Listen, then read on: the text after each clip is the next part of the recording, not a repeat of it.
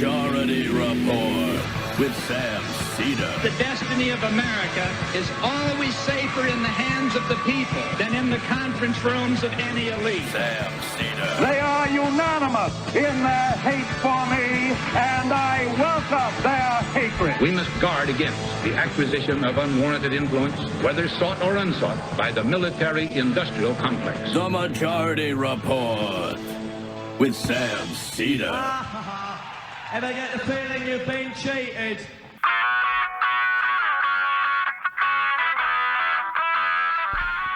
It is Monday, January 15th, 2024, Martin Luther King Day.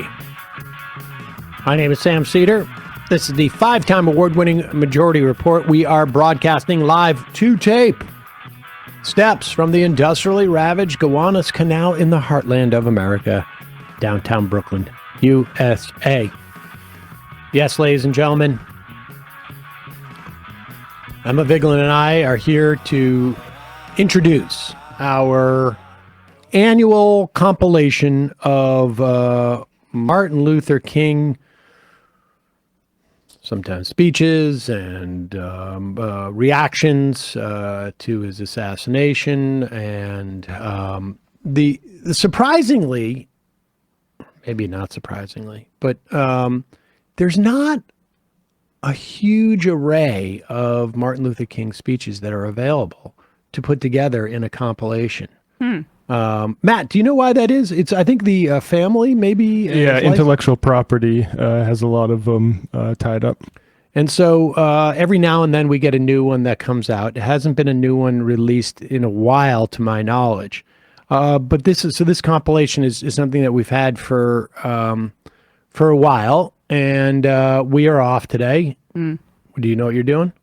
Nothing, most likely. Absolutely nothing.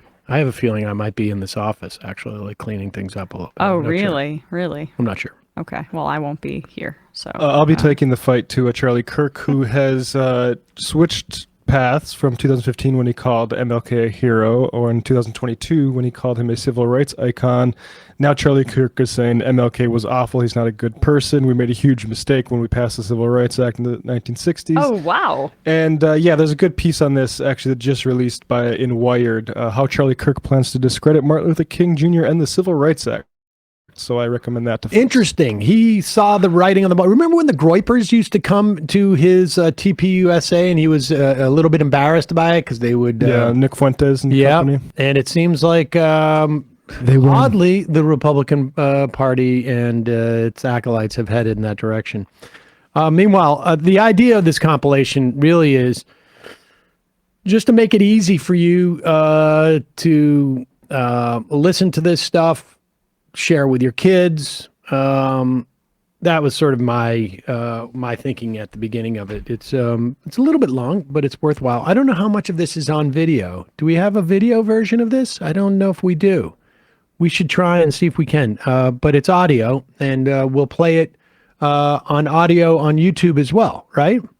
One is like a until recently, unreleased, I guess, speech from MLK on reparations, white economic anxiety, and guaranteed income. Then the second excerpt is Dr. King's first TV interview, which is fascinating to listen to. It was from the show The Open Mind, The New Negro, it's entitled, in 1957, hosted by Professor Richard D. Hefner. And then a speech he delivered April 4th, 1967 at the Riverside Church in New York City, maybe one of his more well-known speeches, Beyond Vietnam. His last speech, Remaining Awake Through a Great Revolution, delivered at the National Cathedral in D.C. in March 31st of 1968. And then Walter Cronkite reporting King's assassination in 1968. For a lot of you, maybe you're not even familiar with Walter Cronkite. There was a time, like when I was a kid, there were 3 TV stations. and they all had the nightly news, and these were some of the most influential individuals in the country who would host it. Like, I couldn't even tell you who is the anchor for ABC, NBC, or CBS now. In a million years, I couldn't tell you. But every single person knew who Walter Cronkite was in this country. And maybe I can't remember who the other ones were rivals at that time. Roger Mudd was on NBC. I think Cronkite was CBS, but I don't know if Roger Mudd was actually an anchor at that time. But nevertheless, Walter Cronkite reporting King's assassination gives you a sense of like how much of the country heard about it. And then lastly, Nina Simone performing the song "Why" live 3 days after MLK's assassination at the Westbury Music Fair on Long Island in April 1968. So, enjoy the holiday, but also, take a little time to check out some of these speeches. Good to bookmark, et cetera, et cetera. For sure.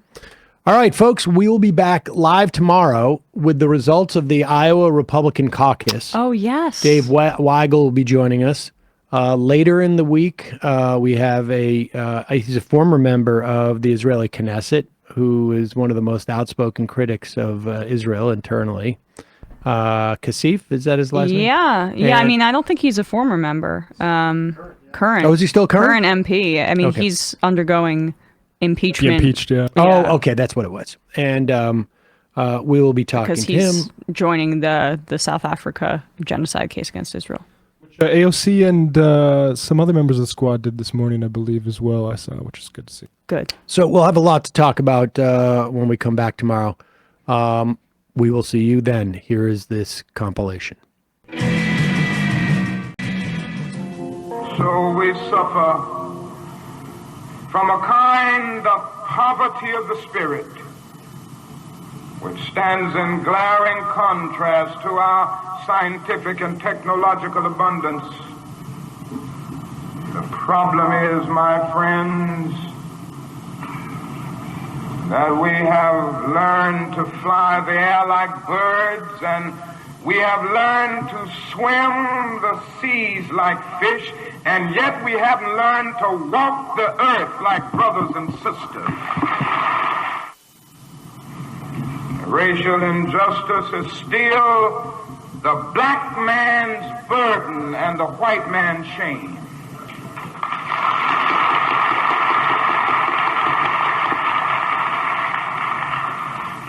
So wherever we live in America, we have to face the fact honestly that racial discrimination is present. So don't get complacent. Certainly we've made some strides. We've made some progress here and there, but it hadn't been enough. It hadn't been fast enough. And although we've come a long, long way, we still have a long, long way to go. In 1863, the Negro was freed from the bondage of physical slavery through the Emancipation Proclamation signed by Abraham Lincoln.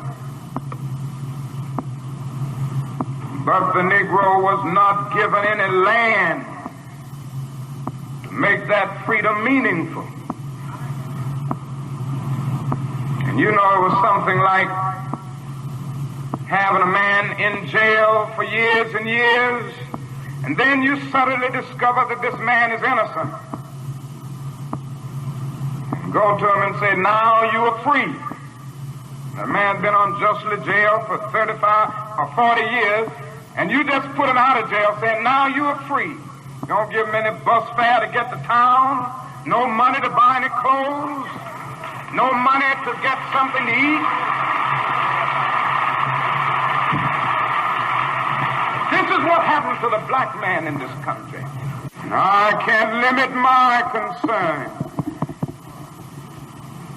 to the middle class. I can't limit my concern to this particular situation where a Negro comes and says, I'm the first this, I'm just tired of the first Negro. I want some seconds and some thirds and some fourths. The civil rights movement has to address itself to this, and the nation has to do it.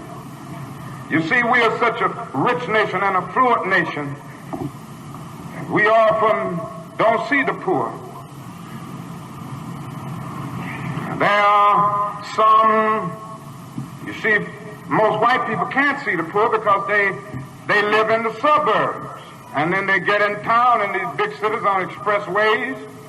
They don't know nothing about Watts. They've never been there. They don't know anything about Huff in Cleveland or the west side or the south side of Chicago or Harlem. They've never seen it. And they allow the poor to become invisible. And a lot of Negroes, you know, who have somehow sailed or floated out of the backwaters or the muddy waters, and they've kind of been able to ease out into the fresh-flowing waters of the mainstream, have forgotten the stench of the backwater.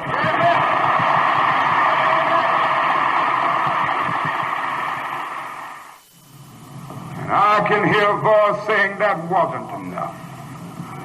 I was hungry, and you fed me not. I was naked, and you clothed me not.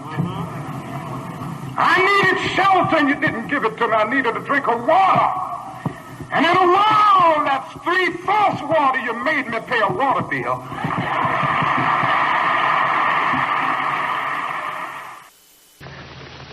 The open mind, free to examine, to question, to disagree. Our subject today, the new Negro. Your host on The Open Mind is Richard D. Hefner, author and historian.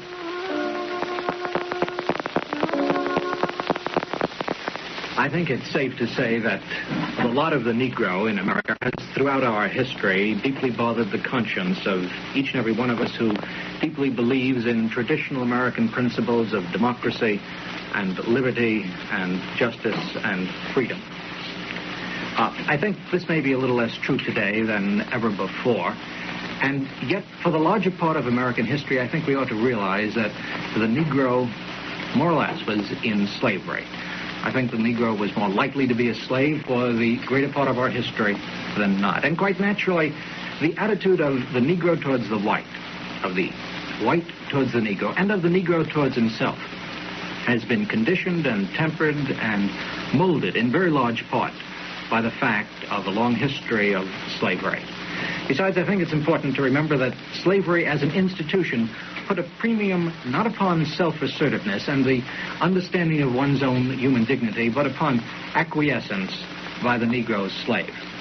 And I think that one can fairly say that the acquiescent, submissive Negro slave was generally, well, to put it very bluntly, generally safer than the self-assertive Negro who is conscious of his own human dignity and of the democratic philosophy that is the American heritage.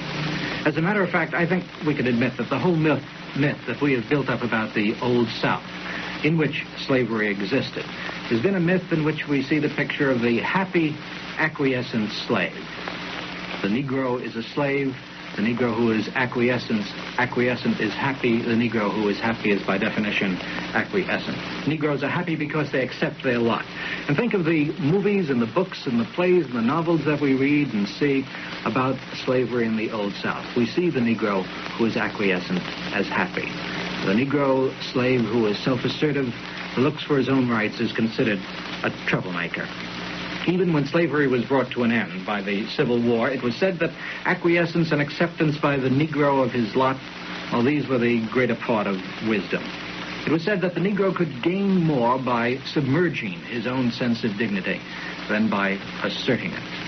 That the Negro would so antagonize others by demanding his own rights that it was better for him to bide his time at each step along the way, wait for something to be given to him rather than demand it as of his own right. Well, men of goodwill, I think both Negro and white cannot deny that to some extent there is validity to this argument. But the degree of that extent, to what extent this is true, is the question that we must face today. In recent years, there have grown up leaders amongst both Negroes and whites who feel that a just and a wise self-assertiveness is necessary on the part of the Negro.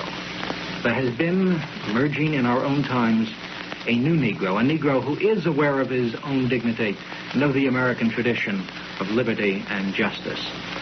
We want to talk today about that new Negro, about who he is and what he is, and our guests are quite expert in the subject. My first guest is the Reverend Martin Luther King, Jr. of Montgomery, Alabama. Reverend King has been very much involved in the demand by the new Negro for his rights in the Negro bus boycott in Montgomery and in many other instances. My second guest is a jurist. Judge J. Wades Waring, formerly federal judge in South Carolina, a gentleman whose decisions in the area of segregation paved the way in a very real sense for what became in 1954 the Supreme Court's decision that segregation in our public schools is unconstitutional. Well, gentlemen, suppose we begin this discussion by letting me, well, first ask you, Dr. King, in your estimation, what and who is this new Negro? I think I could best answer that question by saying first that the new Negro is a person with a new sense of dignity and destiny, with a new self-respect. Along with that is this lack of fear which once characterized the Negro, this willingness to stand up courageously for what he feels is just and what he feels he deserves on the basis of the laws of the land. I think also included would be this self-assertive attitude that you just mentioned. And all of these factors come together to make what seems to me to be the new Negro. I think also I would like to mention this growing honesty which characterizes the Negro today. There was a time that the Negro used duplicity or deception to, rather as a survival technique. Although he didn't particularly like conditions, he said he liked them because he felt that the boss wanted to hear that. But now from the housetops, from the kitchen, from the classrooms, and from the pulpits, the Negro says in no uncertain terms that he doesn't like the way he's being treated. So at long last, the Negro is telling the truth. And I think this is also one of the basic characteristics of the new Negro. Judge Waring, does this sound like an adequate description of the Negro whom you know today? Mr. Hefner, I think it's excellent. It's an excellent summary. My observation of the Negro, and I'm speaking in generalities, of course, has been that up to recently he's been a half man or a part man. And now at last he's waking up to the fact that he's a whole man, that he's an American citizen, and that he is entitled to rights, no more, no less, than just the ordinary run-of-the-mill American citizen. He's never had that before. He hasn't been allowed to have it. He's been under political domination. He's been under stress. He's been under economic deprivations. He's been a servant, formerly a slave. And now suddenly I see the idea has come to him that he's really, truly a man that can stand up on his own hind legs and tell the truth and say, I want not any special privilege. I don't want any special handout. I don't want to be given anything, because the giving idea is all wrong. But I want a chance to become a full man and do my part, be it little or be it big, in the community of our country. But doesn't this raise the question of tactics, though? You say, you use the word honesty. You feel that honesty is important here, too. But as a matter of securing for the Negro his rights, do you feel that this aggressiveness, this self-assertiveness will get him more in the long run than going along with contemporary opinion and biding his time, taking step by step as he goes? I think it's better to be aggressive at this point. It seems to me that it is both historically and sociologically true that privileged classes do not give up their privileges voluntarily, and they do not give them up without strong resistance. And all of the gains that have been made, that we have received in the area of civil rights have come about because the Negro stood up courageously for these rights, and he was willing to aggressively press on.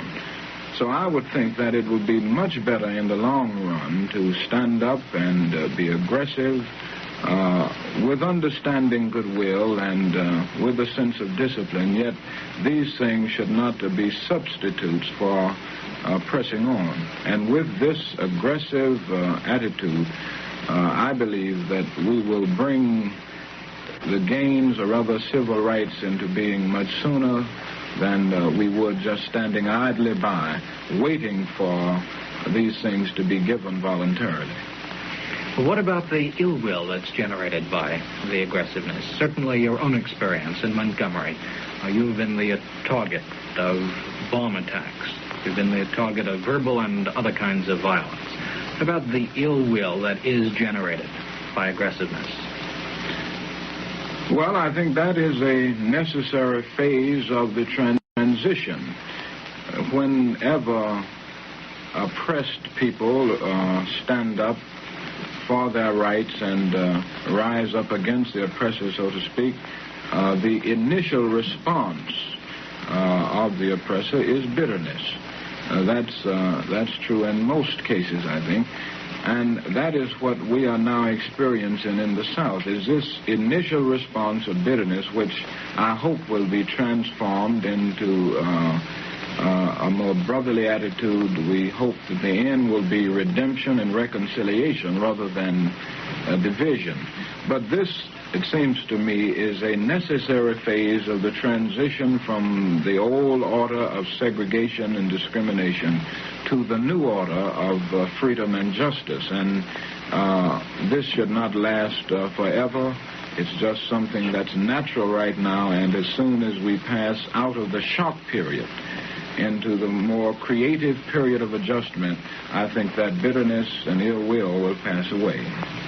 This sounds, in a sense, to be, if I may say this, in a sense to be a denial of the judicial process, saying we will work, the judicial process doesn't allow for the violent activity, the aggressiveness. And it means, in a sense, stepping outside, not outside the law, but outside that slow step-by-step process that has been going on in the courts. Do you think, for instance, that the courts would have been moved to action that would have taken the place of your boycott in Montgomery had you not acted? Do you think there could be a substitute for that kind of action? I think not. I think it was necessary to do it. I think it was the time was right, and I don't think there could have been a substitute at that particular time. Do you think that the judicial structure can survive Mr. Hefner, I want to say something on that. I think undoubtedly the action that Mr. King and his friends took in Montgomery was fine, necessary, and effective. Remember, the courts don't go out as an executive branch of the government should and do things for you. The court declares what your rights are. And the court says to you, you're an American citizen. Now, of course, if you are scared and hide in a closet and don't exercise the rights of American citizens, the court can't send around and say you've got to do it. The courts have declared the rights, and I think that the Supreme Court decision of May 17th, 1954, was the greatest thing that's happened in this country in many, many decades. And I think that it declared in effect that segregation, legal segregation, segregation by law is illegal and not a part of the American system. And all the people, the big people and the little people throughout this land have awakened to the fact that they have a right. Now remember this, it's not a matter of giving rights. Rights aren't given. The right to vote isn't given to you. It's yours, and it belongs to you. And the Negro people are beginning to realize that they are ordinary human beings and American citizens, and they have these rights. And the courts have told them so. Now it's up to them to move out. They haven't got to go out with guns and bombs and bayonets, but they've got to go out with determination and courage and steadfastness, like this man Luther King has done, and say, here am I, and I stand here on my rights. And it's going to prevail, it's got to prevail, and it can't be beaten if we have enough of them who are steadfast enough.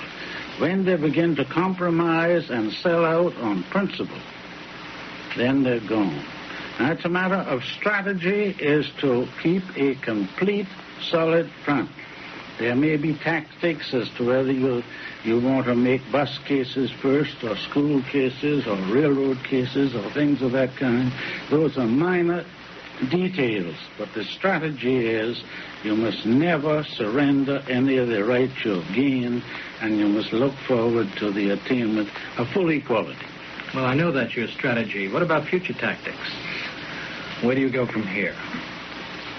Well, that's a pretty difficult question to answer at this point, since in Montgomery we have not worked out any future plans, that is, in any chronological order.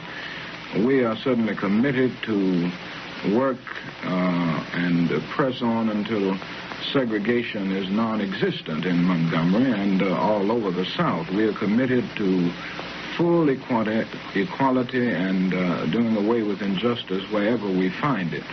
But as to the next move, I don't have the answer for that, because we have not worked that out at this point. We, I guess, have been so involved in the bus situation until we have not had the real time to sit down and think about next moves. But in a general sense, we are committed to achieving first-class citizenship in every area of life in Montgomery and throughout the southern community. Well, to what extent, this is a question that has occurred to me, I wondered to what extent the judicial decision of May 1954 stimulated a greater feeling of self-respect amongst Negroes and intensified in them a willingness to assert their demands. I think it had a tremendous impact and influence on the Negro and bringing about this new self-respect. I think it certainly is one of the major factors, not the only. I think several other forces and historical circumstances must be brought into the picture. The fact that circumstances made it necessary for the Negro to travel more, so that his rural plantation background was gradually supplanted by a more urban industrial life. Illiteracy was gradually passing away, and with the growth of the cultural life of the Negro, that brought about new self-respect, and economic growth, and also the tremendous impact of the world situation, with people all over the world seeking freedom from colonial powers and imperialism. These things all came together, and then with the decision of May 17, 1954, we gained the culminating point. That, it seems to me, was the final point which came and to bring all of these things together. And that gave this new Negro a new self-respect, which we see all over the South and all over the nation today. Well, if this was a final point, in a sense, a culminating point, why do you ask now for another act on a national level, an act, let's say, on the part of the president for a speech in the South? Why is this so important? Haven't enough steps been made up to this point to enable you to carry the ball from here on? Well, I think it's necessary for all of the forces possible to be working to implement and enforce the decisions that are handed down by the courts.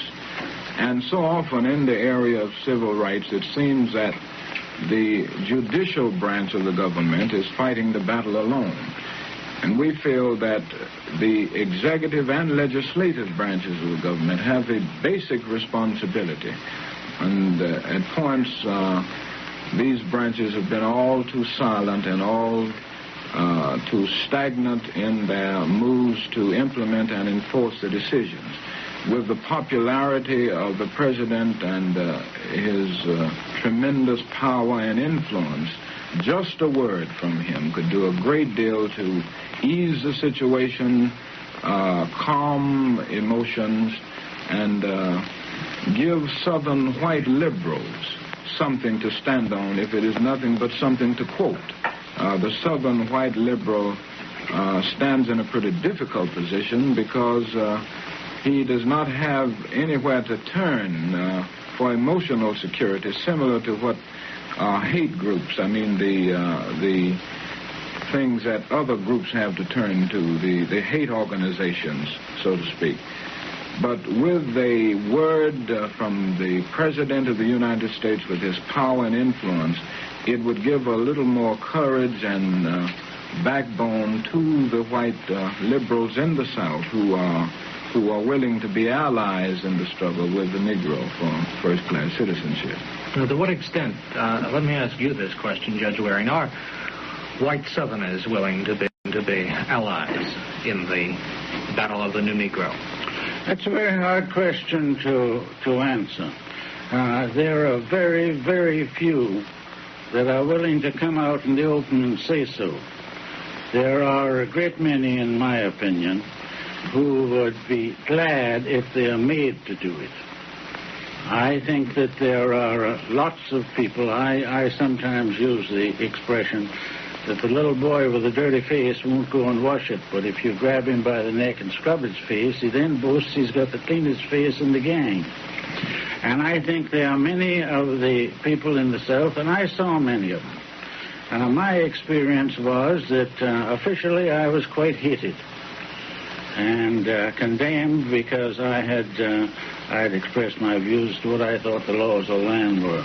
And I got a lot of telephone messages and anonymous letters saying they agreed with me, but they couldn't tell me why or how or who they were.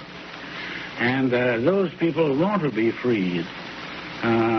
But the overall picture of the politicians, no politician in the South is going to dare come out and take this position of his own volition. But if the President of the United States tells him so, he's going to fall in line.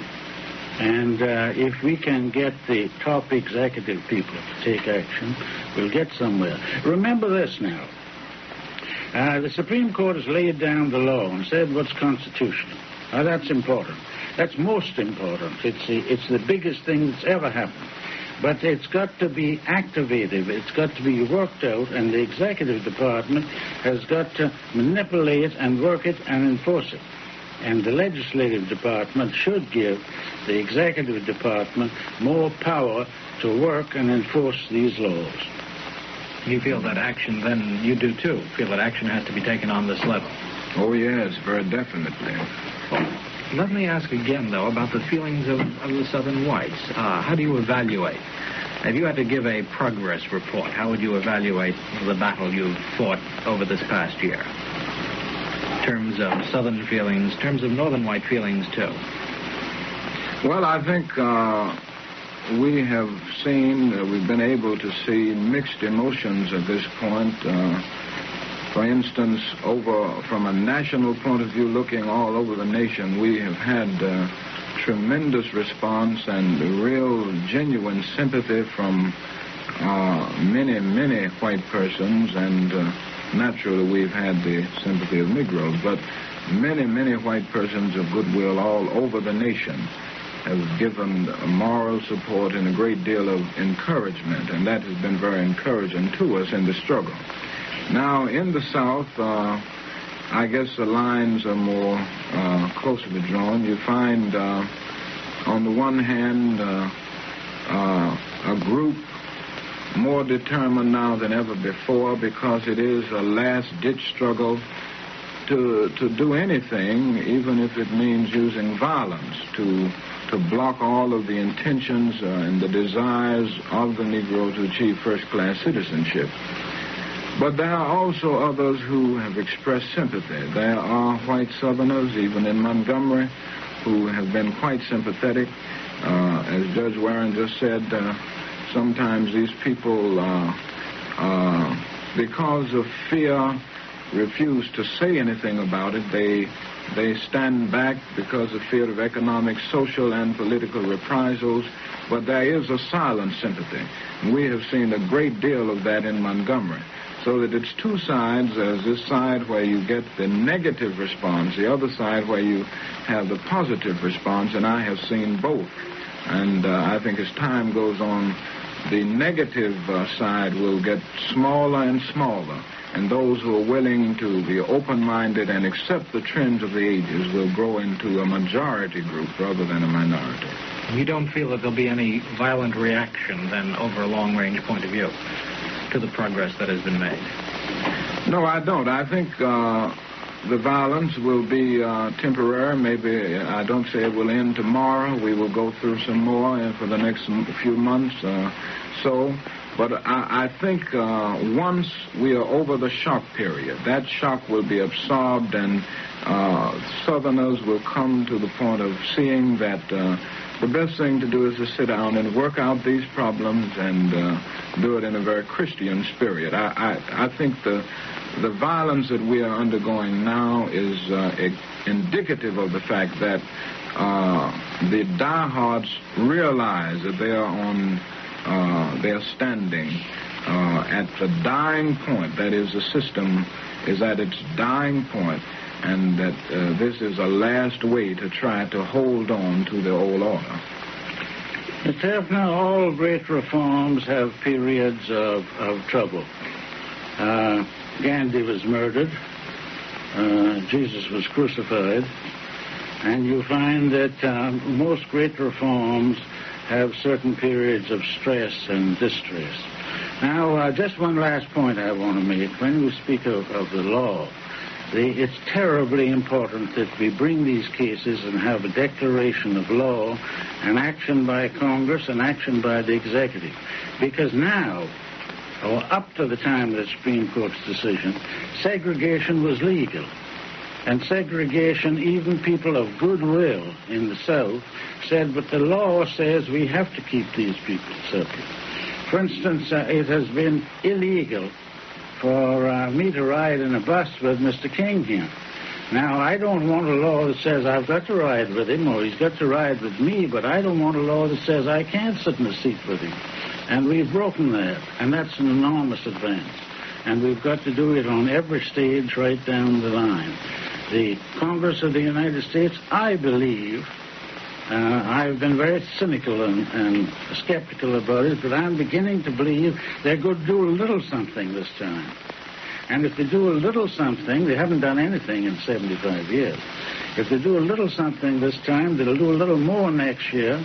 And the President of the United States and the officials in the administration will begin to see that if Congress is moving, it's good politics to move, and that'll have a great motivating product on the national picture. I think we are going forward. We are going forward inexorably. We've got to win. Now, it's a question whether we're going to win in the short time or a long time. I'm for the short term. How do you project this into the immediate future? Well, when I think of the question of progress in the area of race relations, I prefer to be realistic. And when I say that, I mean I try to look at it not from the pessimistic point of view or the optimistic, but rather from the realistic point of view. I think we've come a long, long way, but we have a long, long way to go.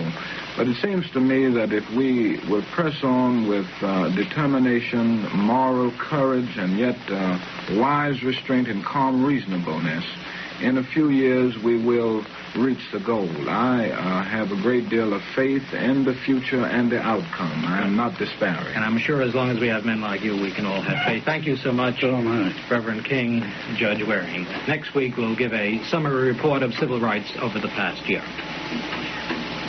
Gentlemen, I think that it went very, very nicely. WRCA has just presented The Open Mind.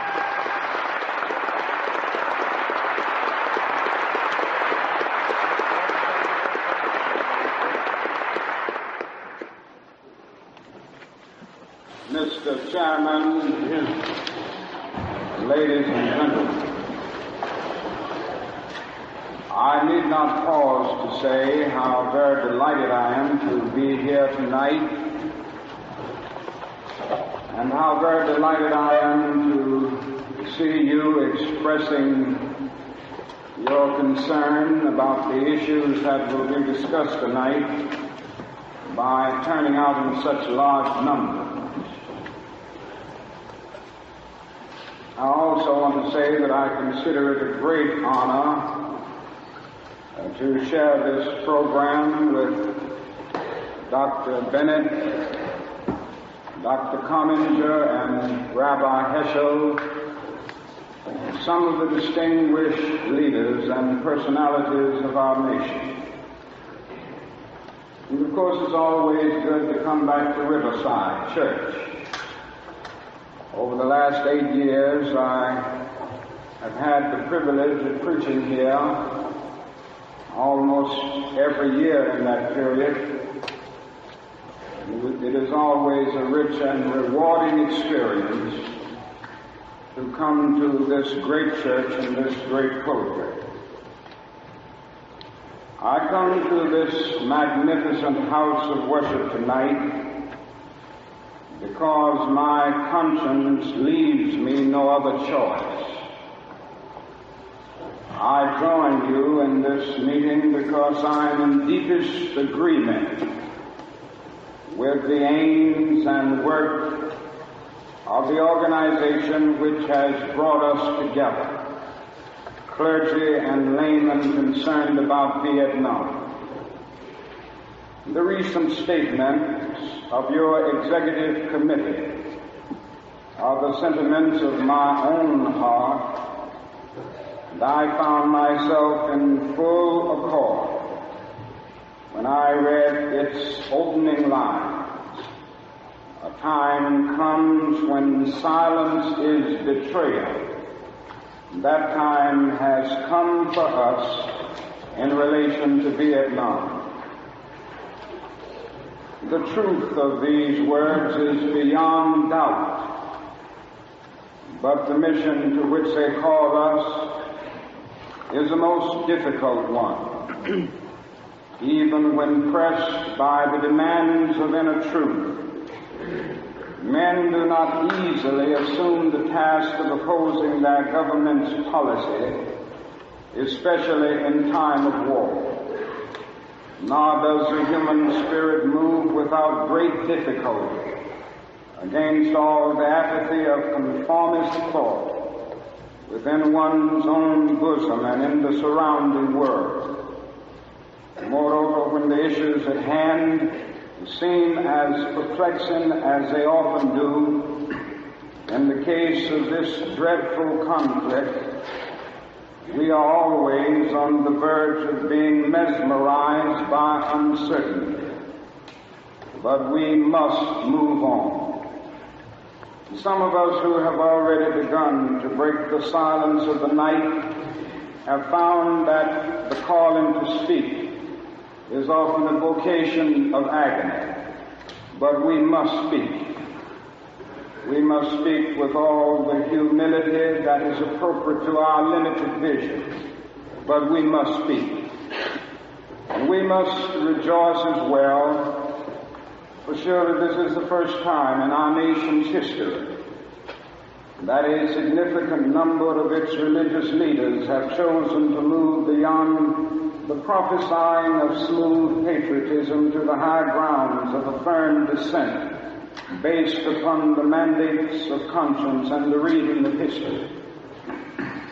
Perhaps a new spirit is rising among us. If it is, let us trace its movements and pray that our own inner being may be sensitive to its guidance.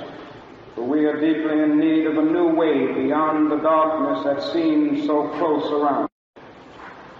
Over the past 2 years, as I have moved to break the betrayal of my own silences and to speak from the burnings of my own heart, as I have called for radical departures from the destruction of Vietnam, many persons have questioned me about the wisdom of my path.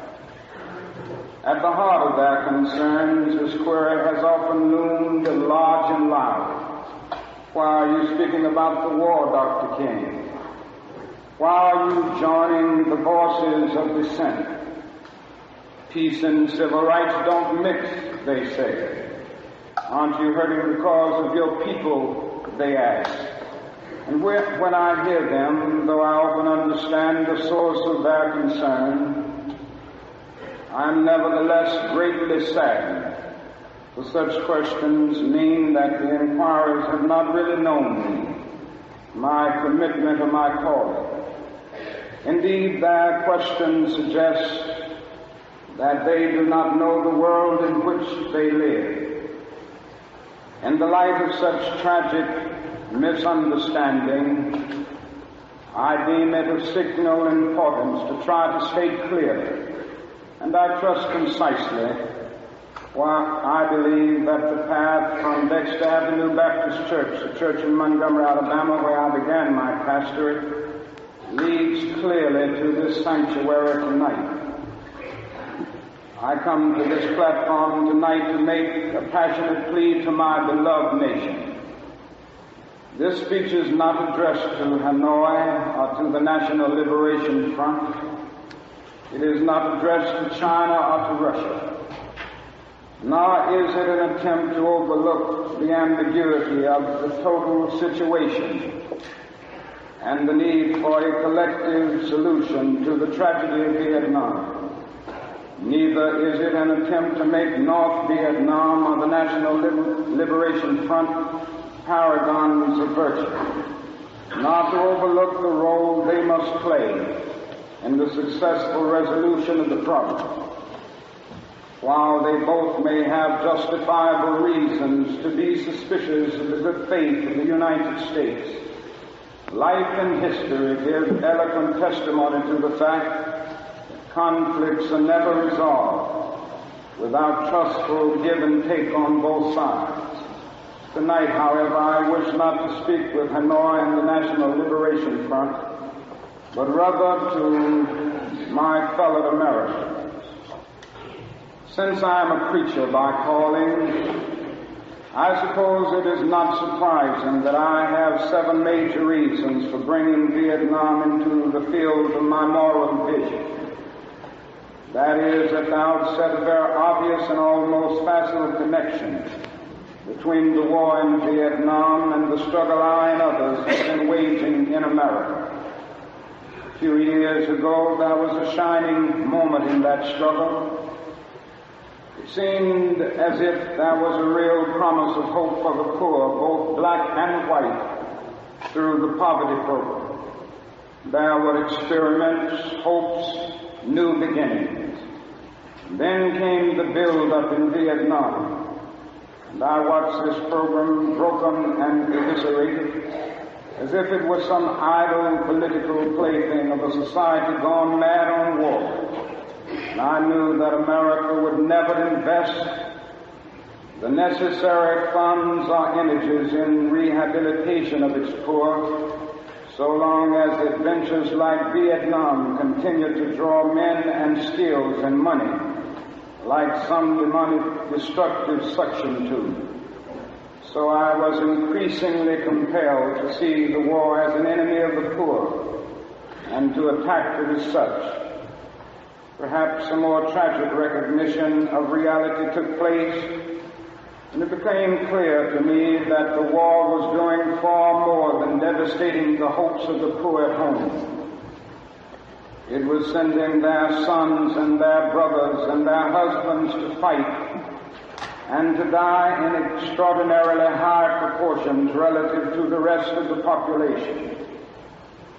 We were taking the black young men who had been crippled by our society in sending them 8,000 miles to guarantee liberties in Southeast Asia, which they had not found in Southwest Georgia and East Holland.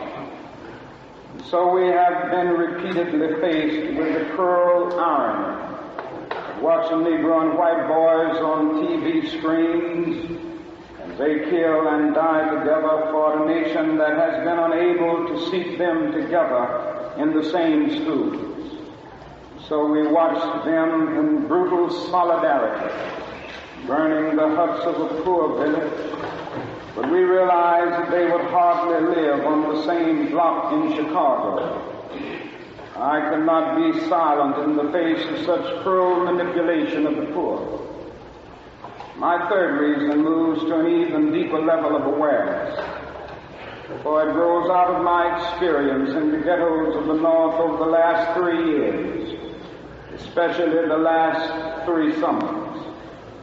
As I have walked among the desperate, rejected, and angry young men, I have told them that Molotov cocktails and rifles would not solve their problems. I have tried to offer them my deepest compassion while maintaining my conviction that social change comes most meaningfully through nonviolent action. But they ask, and rightly so, what about Vietnam? They ask if our home nation wasn't using massive doses of violence to solve its problem, to bring about the changes it wanted. Their questions hit home, and I knew that I could never again raise my voice against the violence of the oppressed in the ghettos without having first spoken clearly to the greatest purveyor of violence in the world today, my own government. For the sake of those boys, for the sake of this government, for the sake of the hundreds of thousands trembling under our violence, I cannot be silent. For those who ask the question, are you a civil rights leader? And thereby mean to exclude me from the movement for peace, I have this further answer. In 1957, when a group of us formed the Southern Christian Leadership Conference, we chose as our motto to save the soul of America. We were convinced that we could not limit our vision to certain rights for black people, but instead affirmed the conviction that America would never be free or saved from itself until the descendants of its slaves were loosed completely from the shackles they still wear. In a way, we were agreeing with Langston Hughes, that black bard of Harlem, who had written earlier, oh yes, I say it plain, America never was America to me, and yet I swear this oath, America will be. Now it should be incandescently clear that no one who has any concern for the integrity and life of America today can ignore the present war.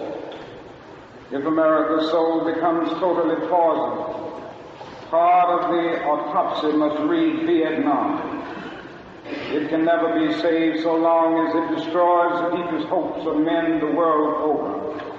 So it is that those of us who are yet determined that America will be are led down the path of protest and dissent, working for the health of our land.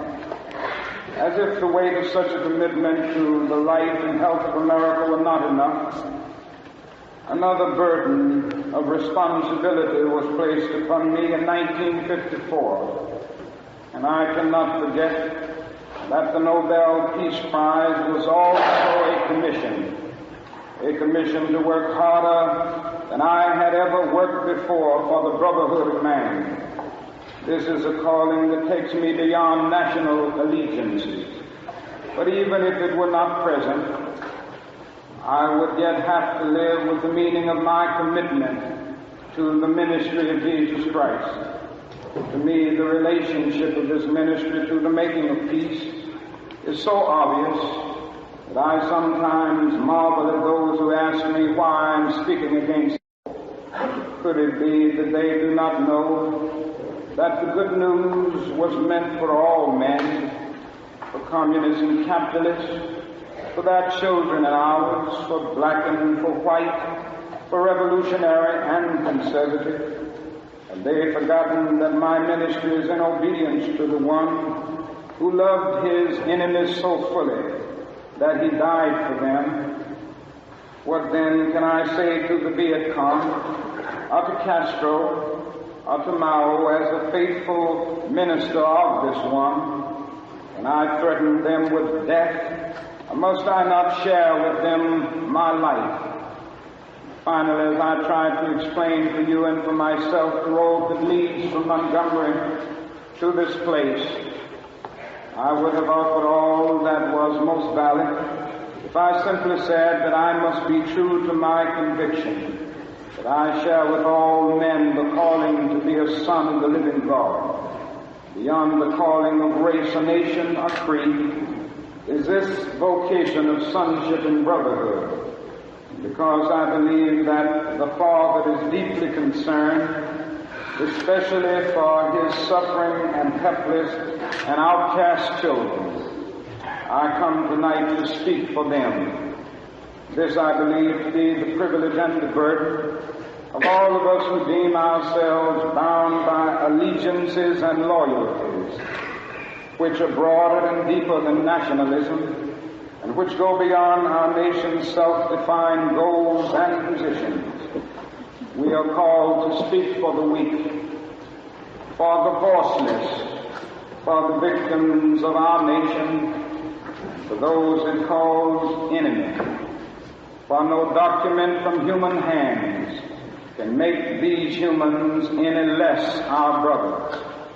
And as I ponder the madness of Vietnam, and search within myself for ways to understand and respond in compassion, my mind goes constantly to the people of that peninsula.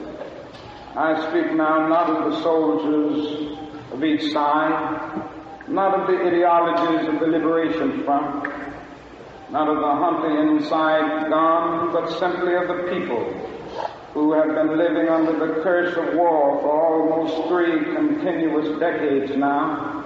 I think of them too, because it is clear to me that there will be no meaningful solution there until some attempt is made to know them and hear their broken cries.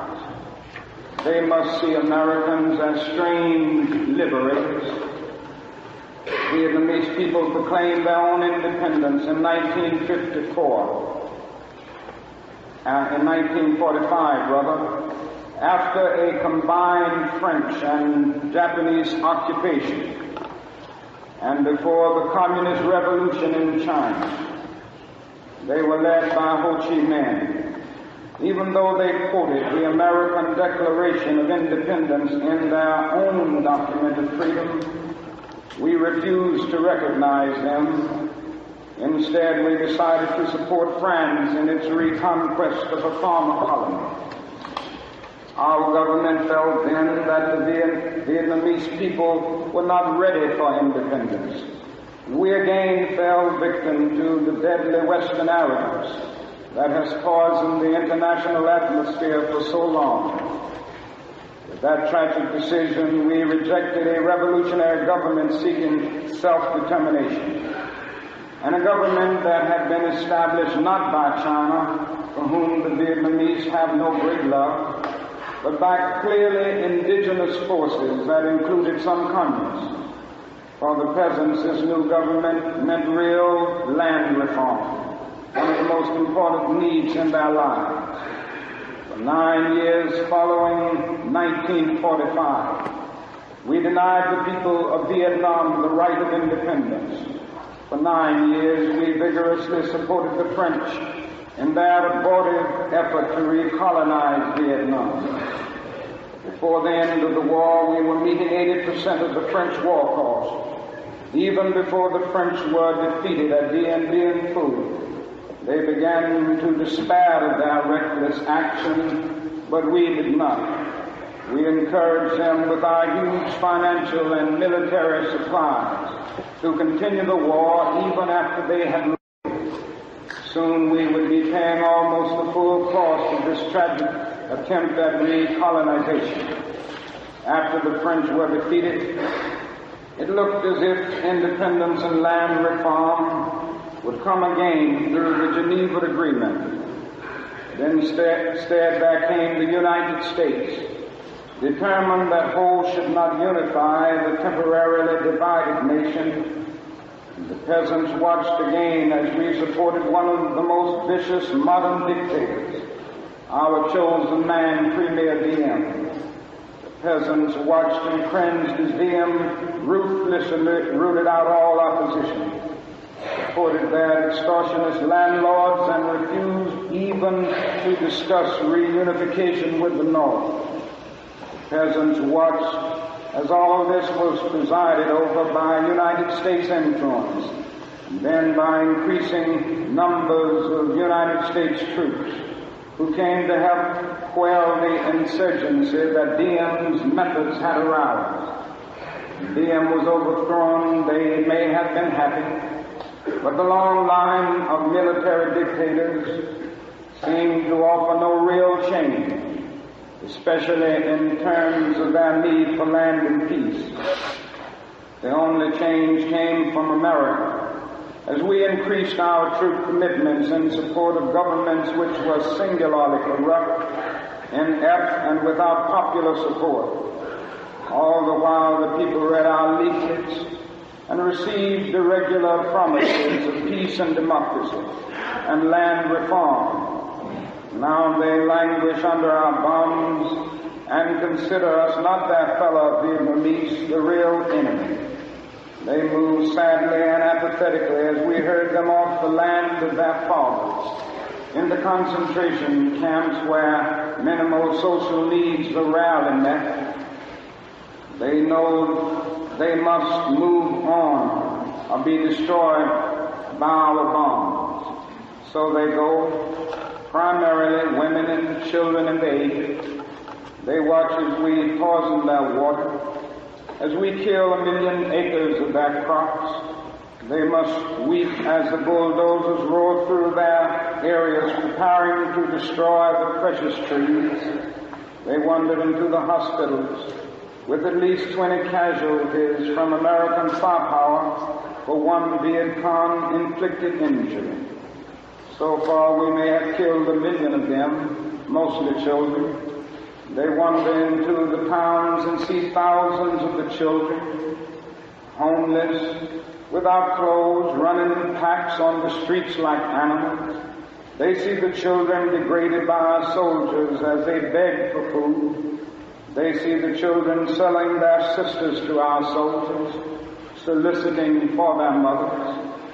What do the peasants think as we ally ourselves with the landlords, and as we refuse to put any action into our many words concerning land reform? What do they think as we test out our latest weapons on them, just as the Germans tested out new medicine and new tortures in the concentration camps of Europe, where are the roots of the independent Vietnam we claim to be building? Is it among these voiceless ones?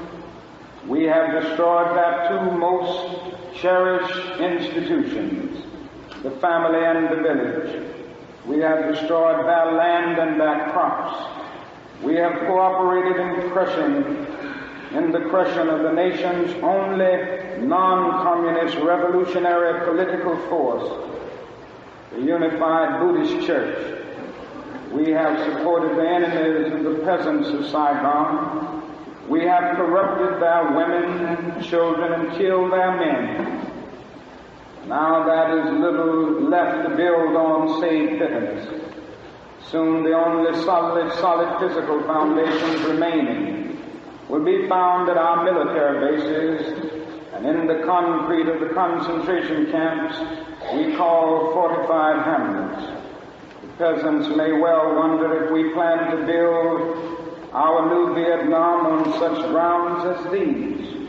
But we blame them for such thoughts We must speak for them and raise the questions they cannot raise. These too are our brothers. Perhaps a more difficult but no less necessary task is to speak for those who have been designated as our enemies. What of the National Liberation Front? That strangely anonymous group we call VC of communists. What must they think of the United States of America?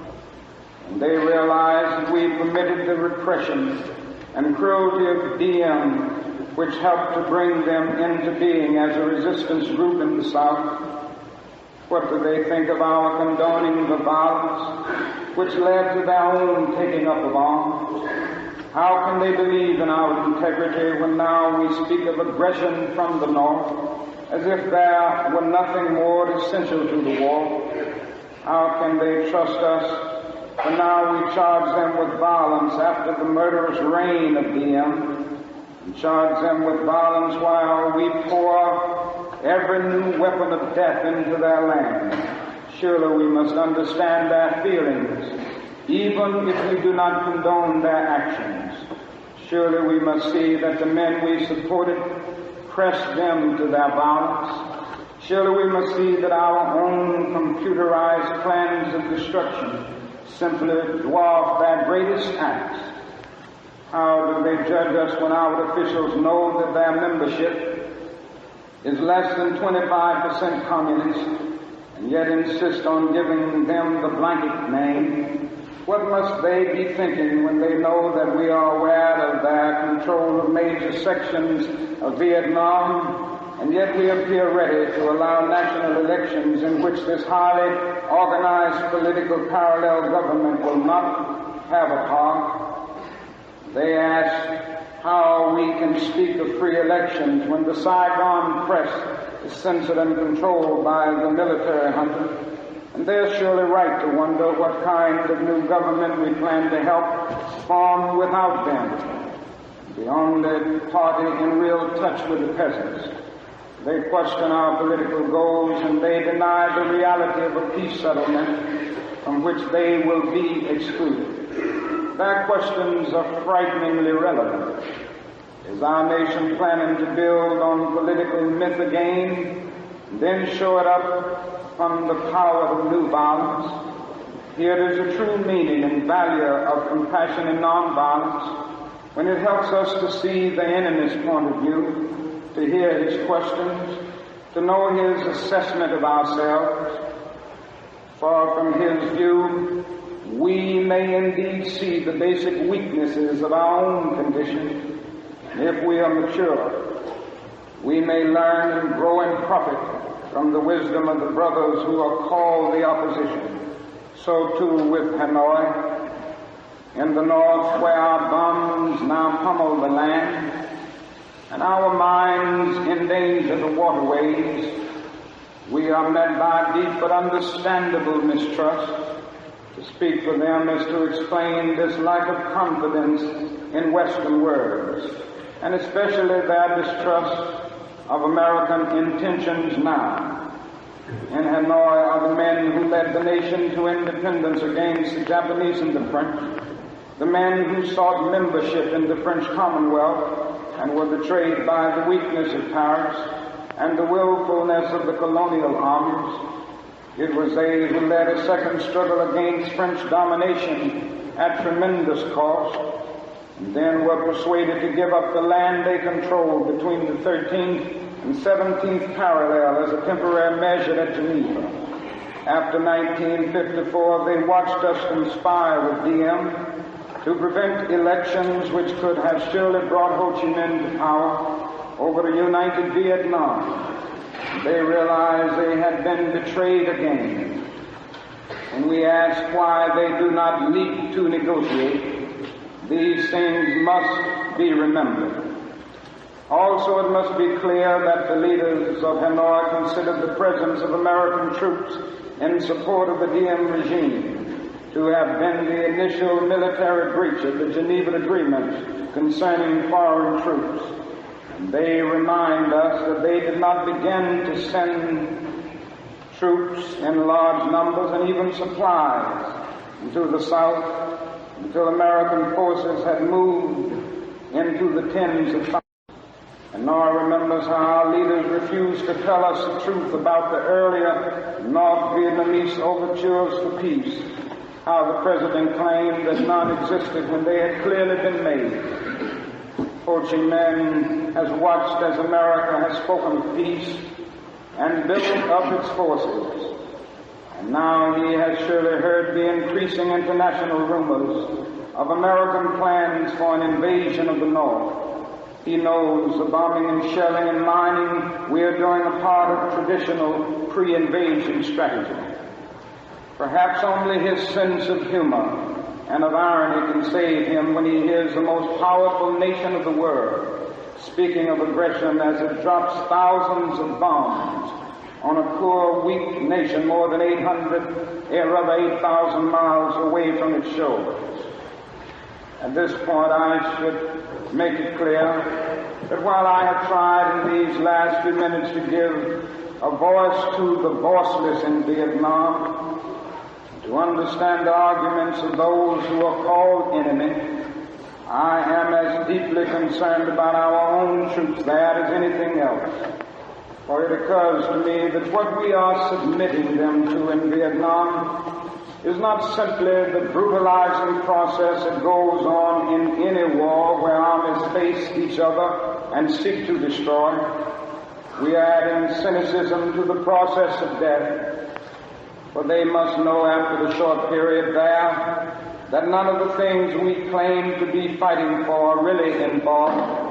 Before long, they must know that their government has sent them into a struggle among Vietnamese.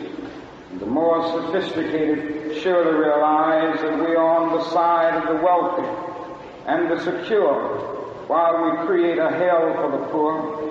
Somehow this madness must cease. We must stop now. I speak as a child of God and brother to the suffering poor of Vietnam. I speak for those whose land is being laid waste, whose homes are being destroyed, whose culture is being subverted. I speak for the poor of America, who are paying the double price of smashed hopes at home, death and corruption in Vietnam. I speak as a citizen of the world, for the world as it stands aghast at the path we have taken. I speak as one who loves America, to the leaders of our own nation. The great initiative in this war is ours. The initiative to stop it must be ours. This is the message of the great Buddhist leaders of Vietnam. Recently, one of them wrote these words, and I quote, "Each day the war goes on, the hatred increases in the heart of the Vietnamese, in the hearts of those of humanitarian instinct. The Americans are forcing even their friends into becoming their enemies. It is curious that the Americans, who calculate so carefully on the possibilities of military victory, do not realize that in the process they are incurring deep psychological and political defeat. The image of America will never again be the image of revolution, freedom, and democracy, but the image of violence and militarism," unquote. We continue, "There will be no doubt in my mind and in the mind of the world that we have no honorable intentions in Vietnam. We do not stop our war against the people of Vietnam immediately. The world will be left with no other alternative than to see this as some horrible, clumsy, and deadly game we have decided to play. The world now demands a maturity of America that we may not be able to achieve. It demands that we admit that we have been wrong from the beginning of our adventure in Vietnam, that we have been detrimental to the life of the Vietnamese people. The situation is one in which we must be ready to turn sharply from our present ways in order to atone for our sins and errors in Vietnam, we should take the initiative in bringing a halt to this tragic war. I would like to suggest 5 concrete things that our government should do to begin the long and difficult process of extricating ourselves from this nightmarish conflict. Number 1, end all bombing in North and South Vietnam. Number 2, declare a unilateral ceasefire in the hope that such action will create the atmosphere for negotiation. 3, take immediate steps to prevent other battlegrounds in Southeast Asia by curtailing our military buildup in Thailand and our interference in Laos.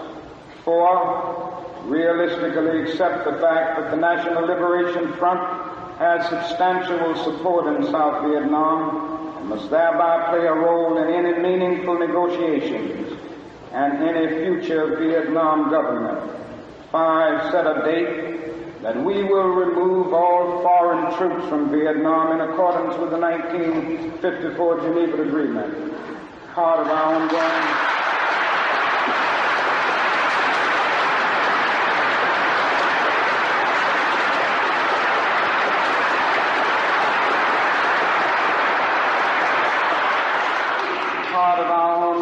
commitment might well express itself in an offer to grant asylum to any Vietnamese who fears for his life under the new regime, which included the Liberation Front. Then we must make what reparations we can for the damage we have done. We must provide the medical aid that is badly needed, making it available in this country if necessary. Meanwhile,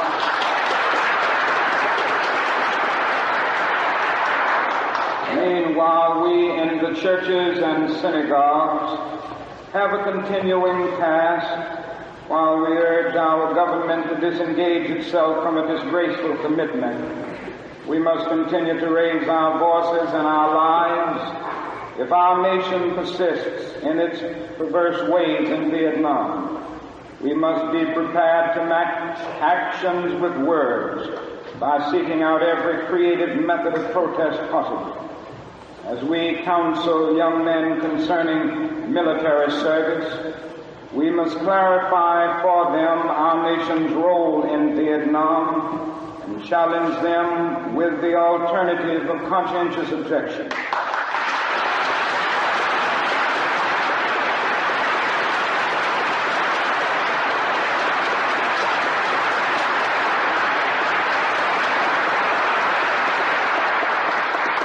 Pleased to say that this is a path now chosen by more than 70 students at my own alma mater, Morehouse College, and I recommend it to all who find the American course in Vietnam a dishonorable and unjust one.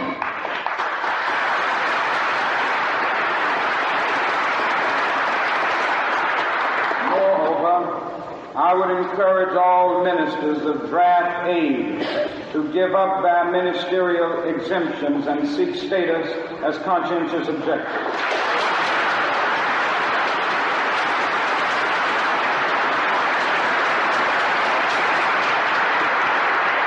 These are the times for real choices and not false ones.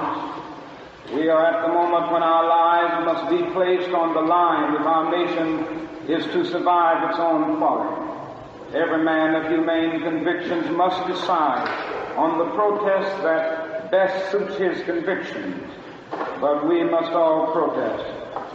Now there is something seductively tempting about stopping there and sending us all off on what in some circles has become a popular crusade against the war in Vietnam. I say we must enter that struggle, but I wish to go on now to say something even more disturbing.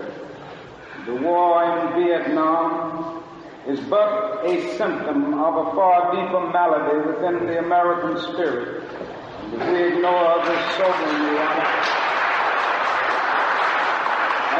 ignore this sobering reality, we will find ourselves organizing clergy and laymen concerned committees for the next generation. They will be concerned about Guatemala and Peru. They will be concerned about Thailand and Cambodia. They will be concerned about Mozambique and some. We will be marching for these and a dozen other names and attending rallies without end unless there is a significant and profound change in American life and policy.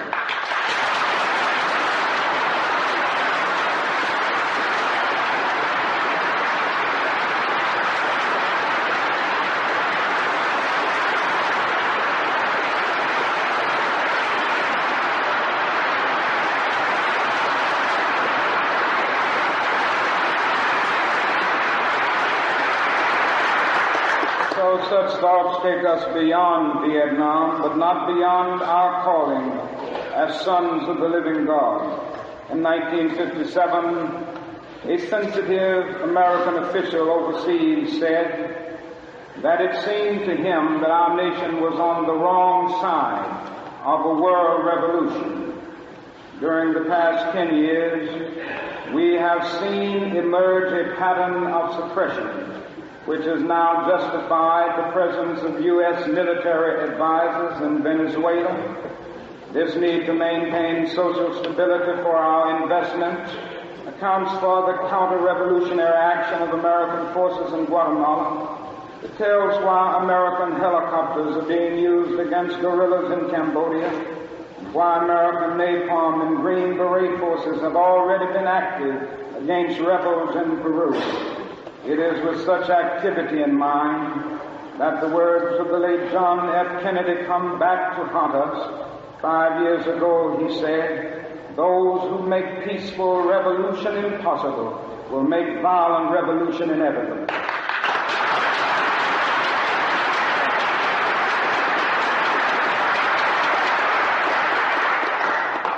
Increasingly by choice or by accident, this is the role our nation has taken, the role of those who make peaceful revolution impossible by refusing to give up the privileges and the pleasures that come from the immense profits of overseas investments. I am convinced that if we are to get on the right side of the world revolution, we as a nation must undergo a radical revolution of values. We must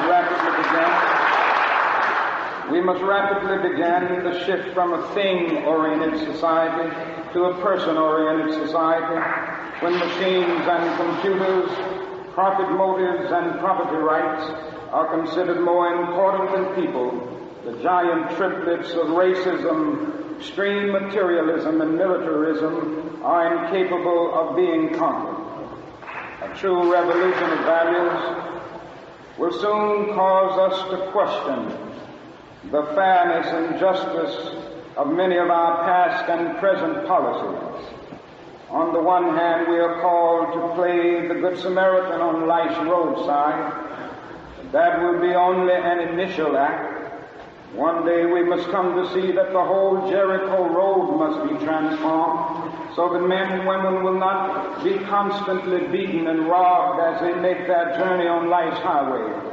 True compassion is more than flinging a coin to a beggar. It comes to see that an edifice which produces beggars needs restructuring.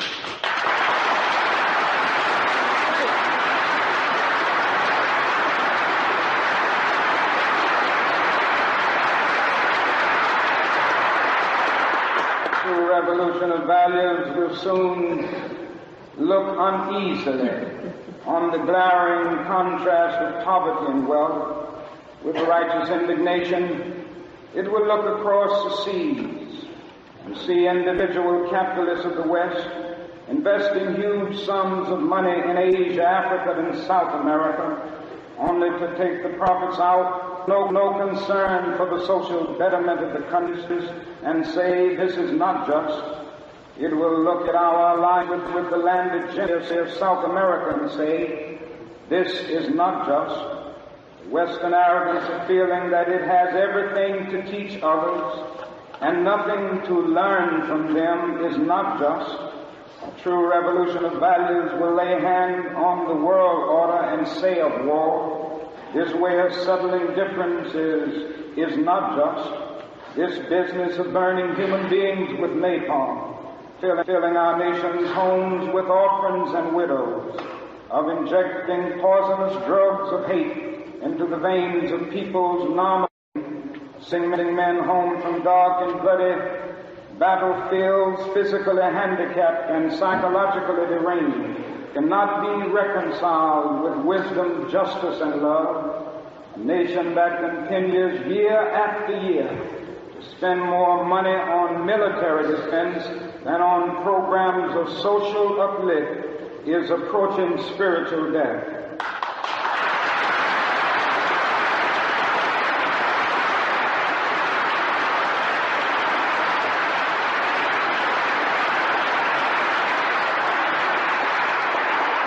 America, the richest and most powerful nation in the world, can well lead the way in this revolution of values.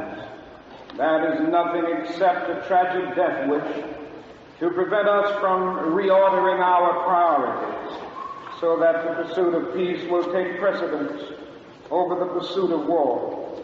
There is nothing to keep us from molding a recalcitrant status quo with bruised hands until we have fashioned it into a brotherhood.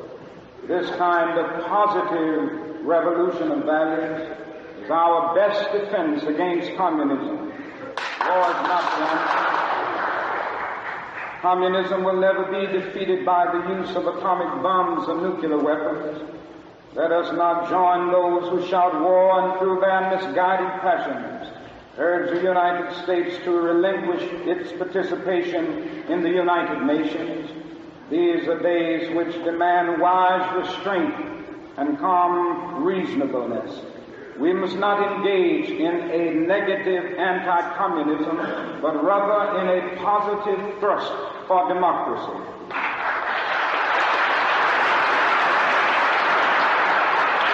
Realizing that our greatest defense against communism is to take offensive action in behalf of justice. We must, with positive action, seek to remove those conditions of poverty, insecurity, and injustice which are the fertile soil in which the seed of communism grows and develops. These are revolutionary times. All over the globe, men are revolting against old systems of exploitation and oppression. And out of the wombs of a frail world, new systems of justice and equality are being born. Shirtless and barefoot people of the land are rising up as never before. People who sat in darkness have seen a great light. We in the West must support these revolutions. It is a sad fact that because of comfort, complacency, a morbid fear of communism, and our proneness to adjust to injustice, the Western nations that initiated so much of the revolutionary spirit of the modern world have now become the arch anti-revolutionaries. This has driven many to feel that only Marxism has a revolutionary spirit. Therefore, communism is a judgment against our failure to make democracy real and follow through on the revolutions that we initiate. Our only hope today lies in our ability to recapture the revolutionary spirit and go out into a sometimes hostile world, declaring eternal hostility to poverty, racism, and militarism. This powerful commitment, we shall boldly challenge the status quo and unjust mores, and thereby speed the day when every valley shall be exalted and every mountain and hill shall be made low. Yes. Crooked shall be made straight and the rough places plain. Genuine revolution of values means, in the final analysis, that our loyalties must become ecumenical rather than sectional. Every nation must now develop an overriding loyalty to mankind as a whole in order to preserve the best in their individual societies. This call for a worldwide fellowship that lifts neighborly concern beyond one's tribe, race, class, and nation is in reality a call for an all-embracing and unconditional love for all mankind. this oft misunderstood, this oft misinterpreted concept so readily dismissed by the Nietzsches of the world as a weak and cowardly has now become an absolute necessity for the survival of man. When I speak of love, I'm not speaking of some sentimental and weak response. I'm not speaking of that force which is just emotional bosh. I'm speaking of that force which all of the great religions have seen as the supreme unifying principle of life. Love is somehow the key that unlocks the door which leads to ultimate reality. This Hindu, Muslim, Christian, Jewish, Buddhist belief about ultimate reality is beautifully summed up in the first epistle of St. John. Let us love one another. Yes. For love is God. Yes. And every one that loveth is born of God and knoweth God. He that loveth not knoweth not God, for God is love. If we love one another, God dwelleth in us, and his love is perfected in us. Let us hope that this spirit will become the order of the day. We can no longer afford to worship the God of hate, or bow before the altar of retaliation. The oceans of history are made turbulent by the ever-rising tides of hate. History is cluttered with the records of nations and individuals that pursued this self-defeating path of hate.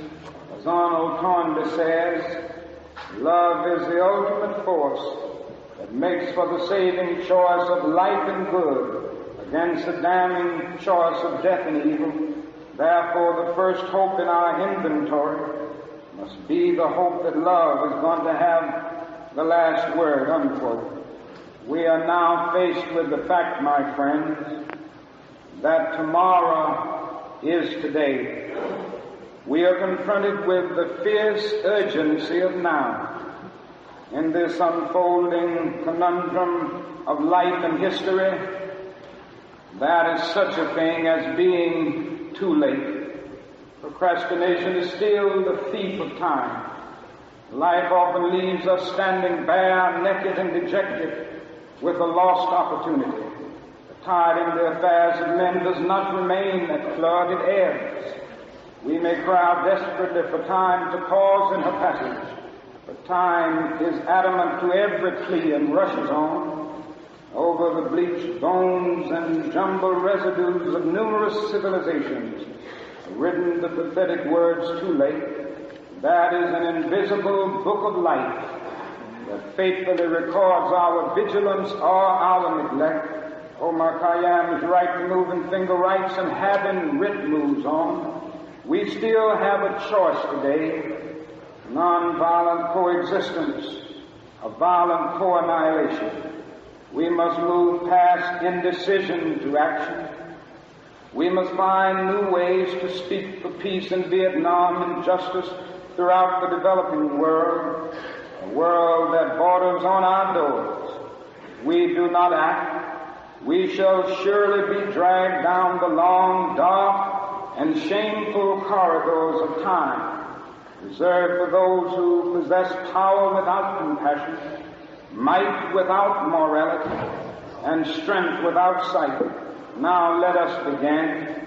Now let us rededicate ourselves to the long and bitter but beautiful struggle for a new world. This is the calling of the sons of God, and our brothers wait eagerly for our response. Shall we say the odds are too great? Shall we tell them the struggle is too hard? Will our message be that the forces of American life militate against their rival as poor men, and we send our deepest regrets?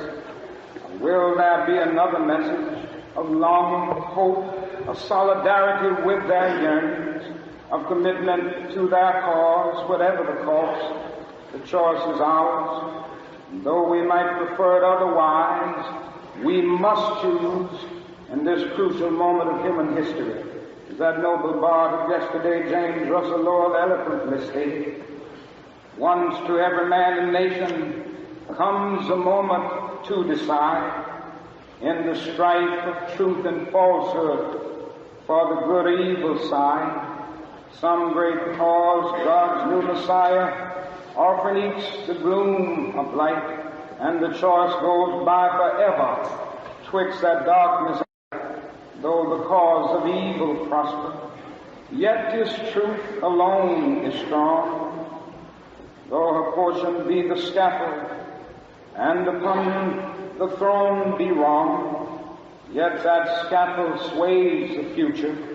Behind the dim unknown standeth God within the shadow, keeping watch above his own. If we will only make the right choice, we will be able to transform this pending cosmic elegy into a creative psalm of peace. We will make the right choice. We will be able to transform the jangling discords of our world into a beautiful symphony of brotherhood. If we will but make the right choice, we will be able to speed up the day all over America and all over the world, when justice will roll down like waters and righteousness like a mighty stream.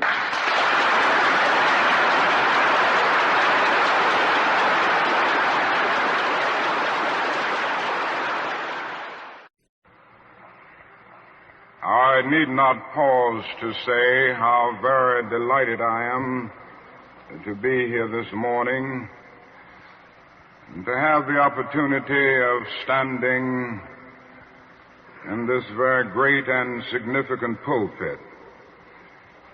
It is always a rich and rewarding experience to take a brief break from our day-to-day demands in the struggle for freedom and human dignity and discuss the issues involved in that struggle with concerned friends of goodwill all over our nation. And certainly it is always a deep and meaningful experience to be in a worship service. And so for many reasons, I'm happy to be here today. I would like to use as a subject from which to preach this morning, remaining awake through a great revolution. The text for the morning is found in the book of Revelation. There are two passages there that I would like to quote. It's in the 16th chapter of that book. Behold, I make all things new. Former things are passed away. I'm sure that most of you have read that arresting little story from the pen of Washington Irving entitled Rip Van Winkle. The one thing that we usually remember about the story is that Rip Van Winkle slept 20 years. But that is another point in that little story that is almost always completely overlooked. It was a sign in the end from which Rip went up in the mountain for his long sleep. When Rip Van Winkle went up in the mountain, the sign had a picture of King George III of England. When he came down 20 years later, the sign had a picture of George Washington, the first president of the United States. And Rip Van Winkle looked up at the picture of George Washington, but in looking at the picture, he was amazed. He was completely lost. He knew not who he was. And this reveals to us that the most striking thing about the story of Rip Van Winkle is not merely that Rip slept 20 years, but that he slept through a revolution. While he was peacefully snoring up in the mountain, a revolution was taking place that at points would change the course of history. And Rip knew nothing about it. He was asleep. Yes, he slept through a revolution. One of the great liabilities of life is that all too many people find themselves living amid a great period of social change, and yet they fail to develop the new attitudes, the new mental responses that the new situation demands. And they end up sleeping through a revolution. Now, there can be no gainsaying of the fact that the great revolution has taken place in the world today. In the sense it is a triple revolution. That is a technological revolution with the impact of automation and cybernation. Then that is a revolution in weaponry with the emergence of atomic and nuclear weapons of warfare.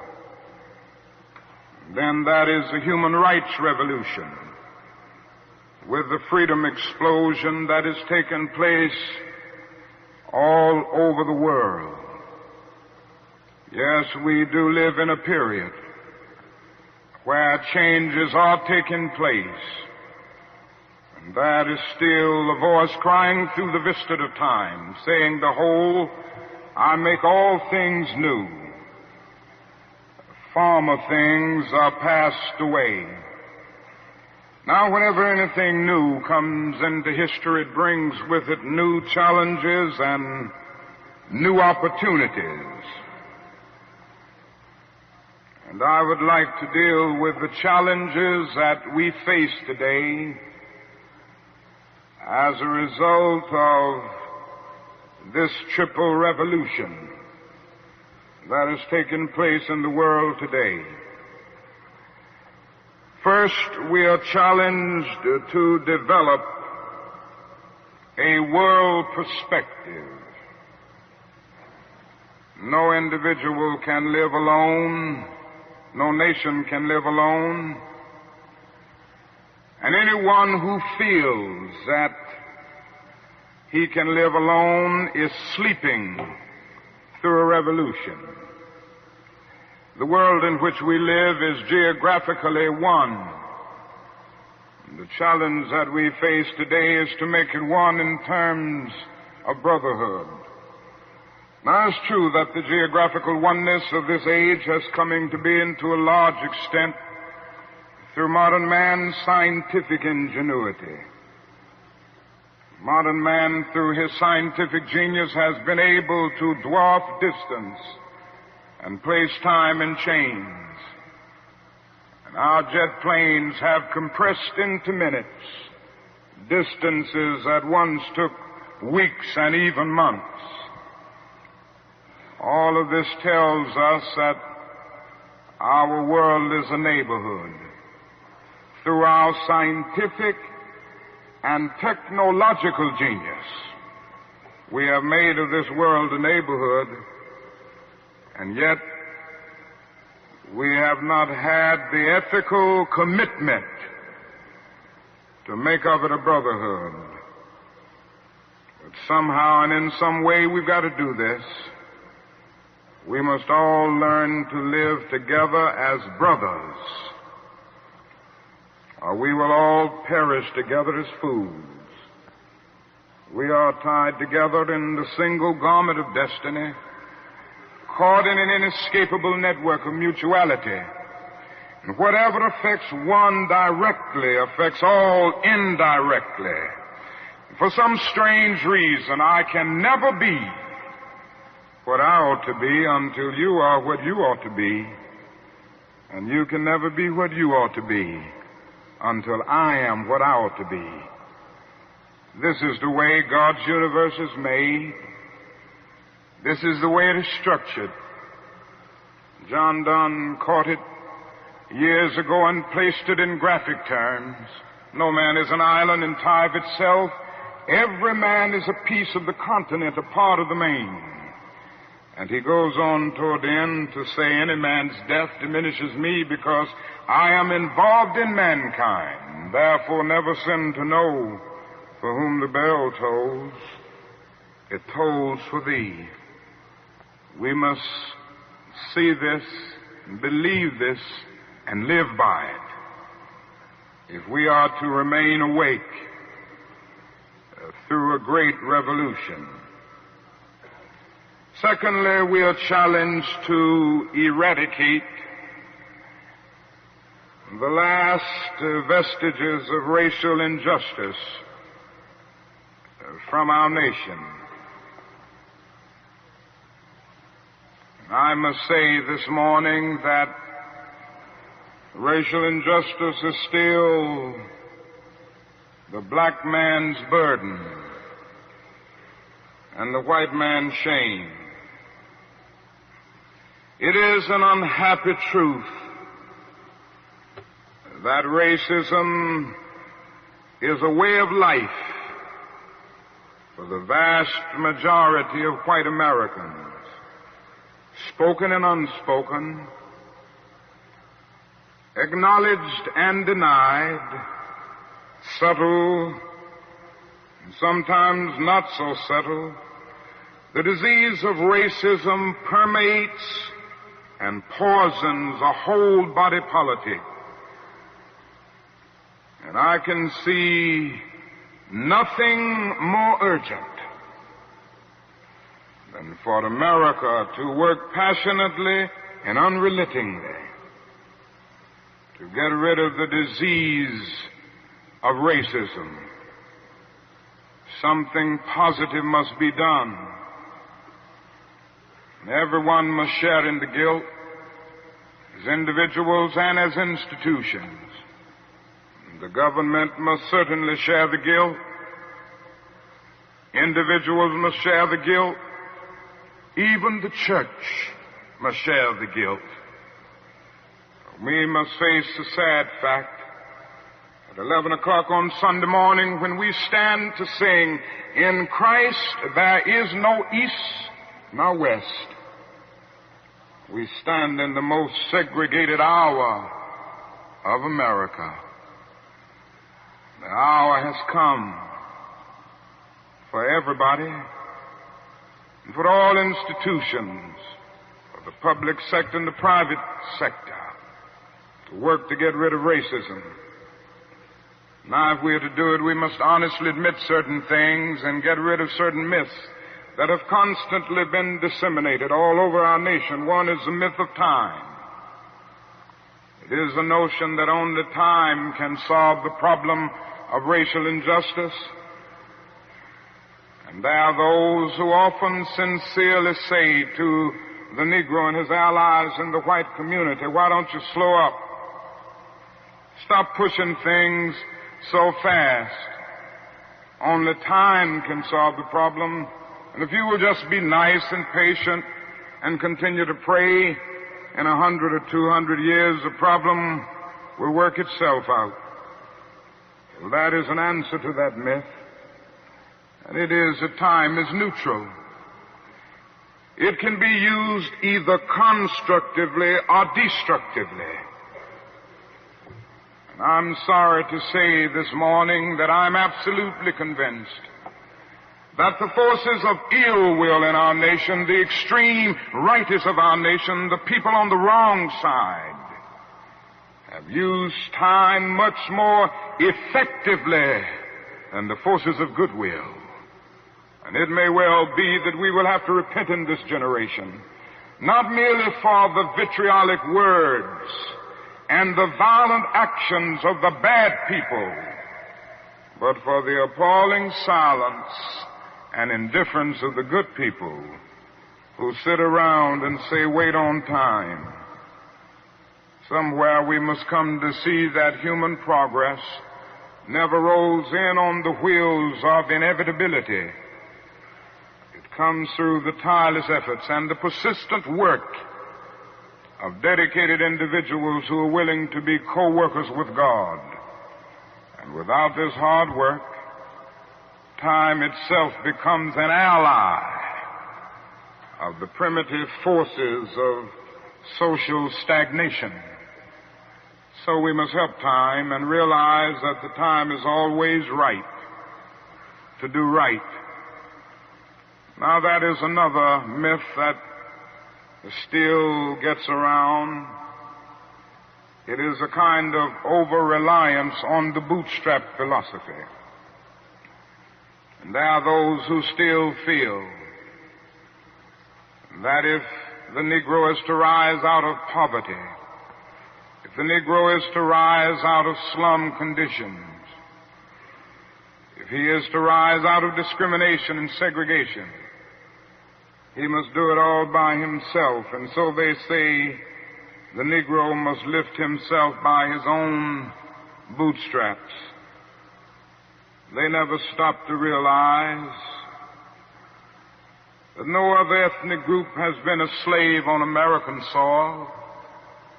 The people who say this never stop to realize that the nation made the black man's color a stigma.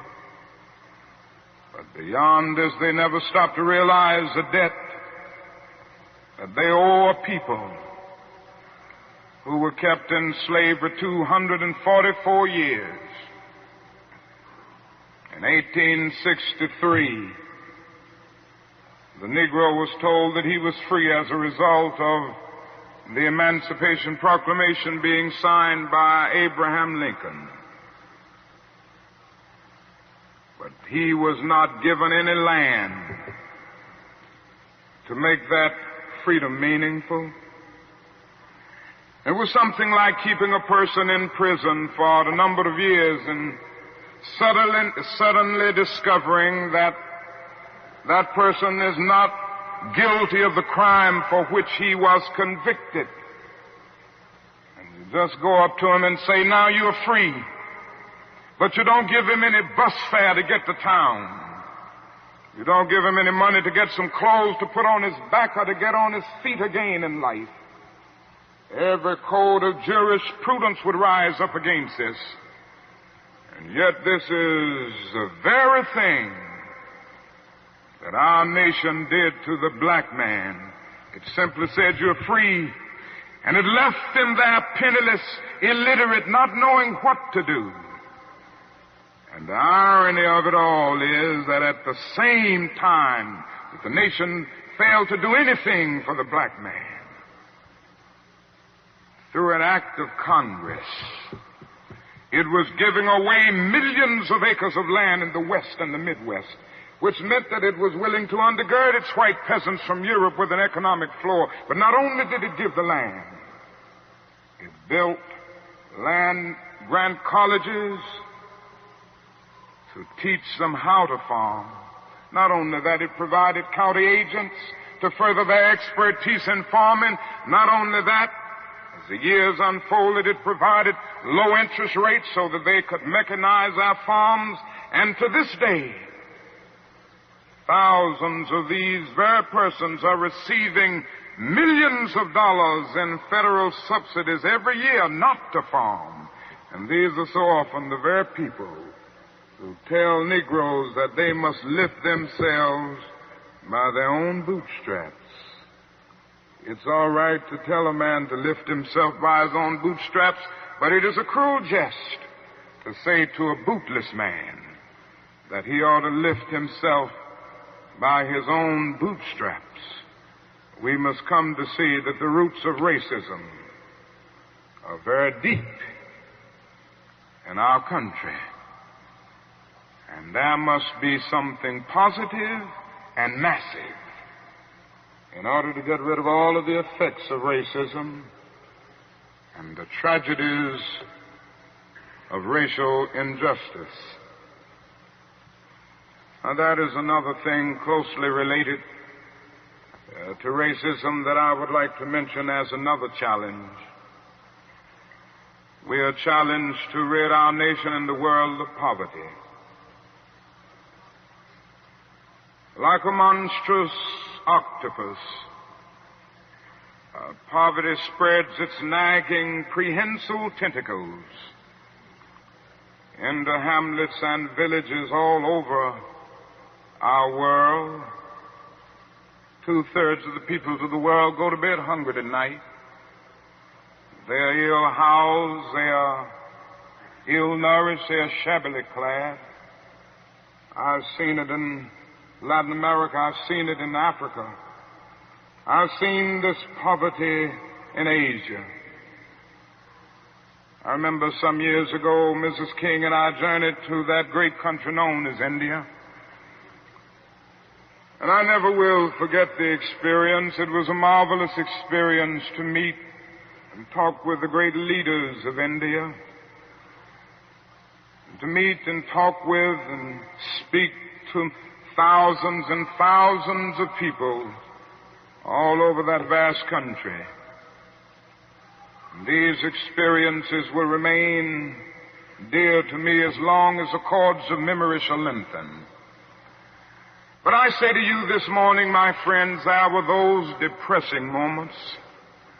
How can one avoid being depressed when he sees with his own eyes evidences of millions of people going to bed hungry at night? How can one avoid being depressed when he sees with his own eyes God's children sleeping on the sidewalks at night? In Bombay, more than 1 million people sleep on the sidewalks every night. In Calcutta, more than 600,000 sleep on the sidewalks every night. They have no beds to sleep in. They have no houses to go in. How can one avoid being depressed when he discovers that out of India's population of more than 500 million people,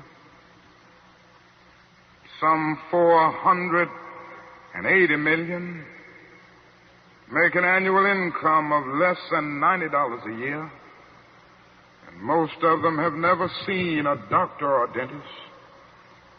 As I noticed these things, something within me cried out, can we in America stand idly by and not be concerned? And an answer came, oh no, because the destiny of the United States is tied up with the destiny of India and every other nation. And I started thinking of the fact that we spend in America millions of dollars a day to store surplus food. And I said to myself, I know where we can store that food free of charge, in the wrinkled stomachs of the millions of God's children all over the world who go to bed hungry at night. And maybe we spend far too much of our national budget establishing military bases around the world rather than bases of genuine concern and understanding. But not only do we see poverty abroad, I would remind you that in our own nation there are about 40 million people who are poverty-stricken.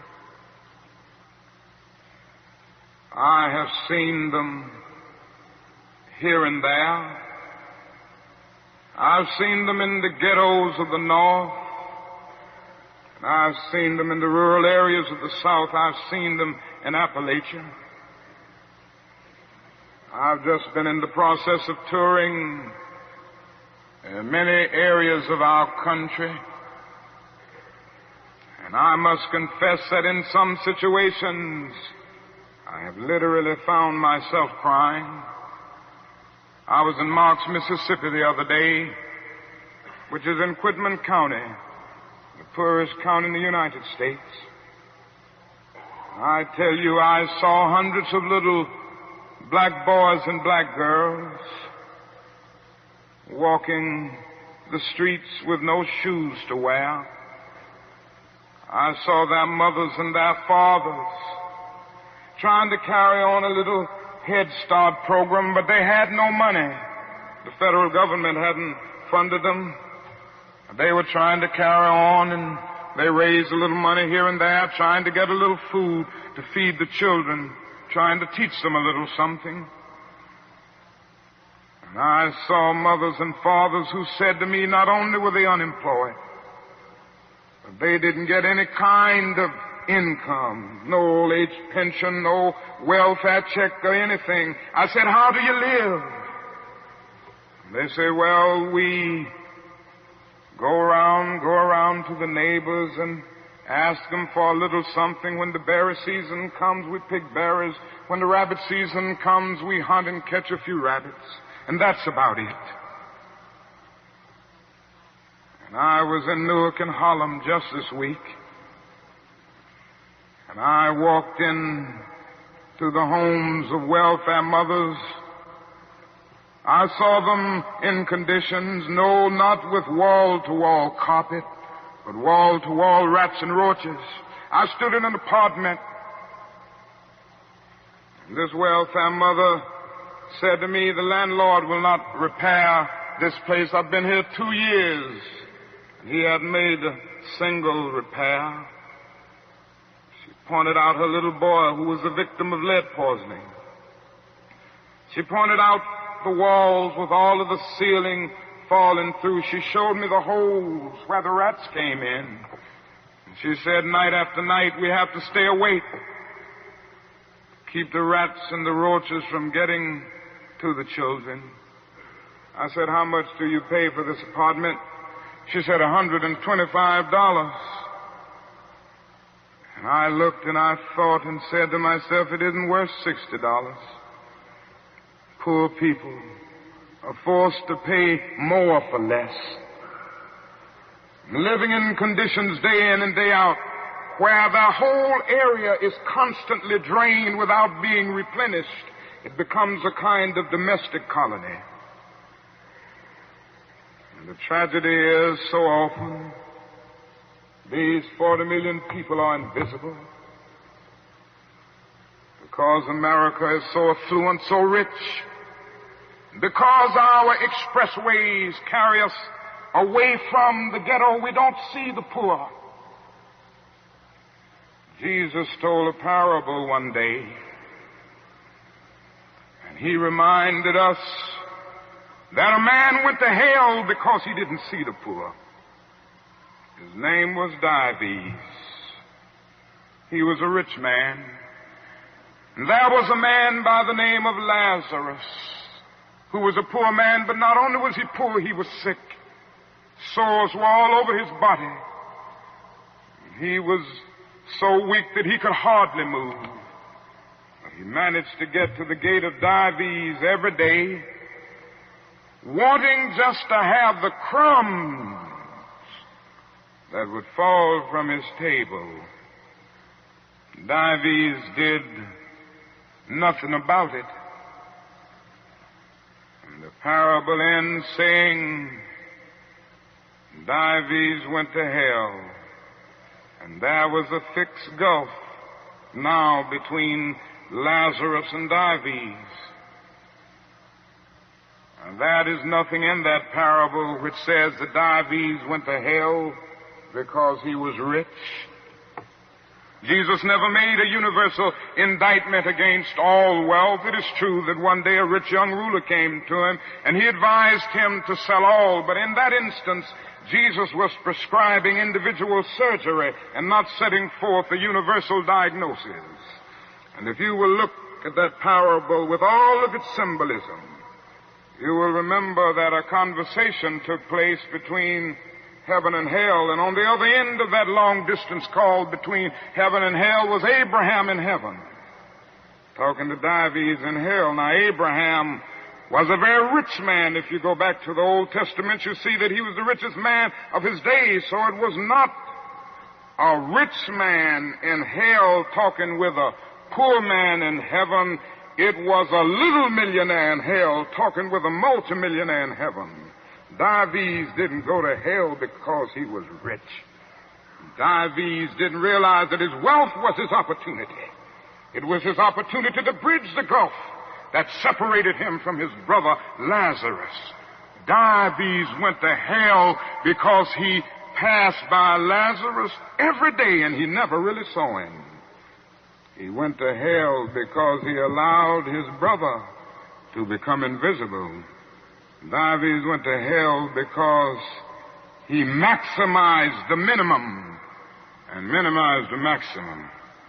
Indeed, Dives went to hell because he sought to be a conscientious objector in the war against poverty. And this can happen to America, the richest nation in the world. There's nothing wrong with that. This is America's opportunity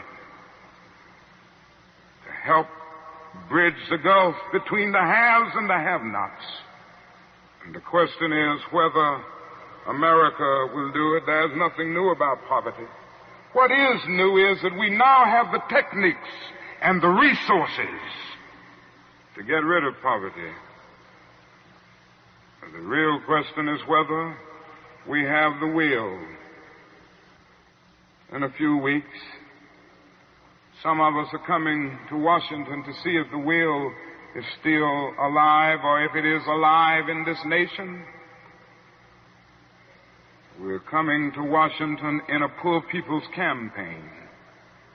Yes, we're going to bring the tired, the poor, the huddled masses. We're going to bring those who have known long years of hurt and neglect. We're going to bring those who've come to feel that life is a long and desolate corridor with no exit sign. We're going to bring children and adults and old people, people who've never seen a doctor or a dentist in their lives. We're not coming to engage in any histrionic gesture. We're not coming to tear up Washington. We're coming to demand that the government will address itself to the problem of poverty.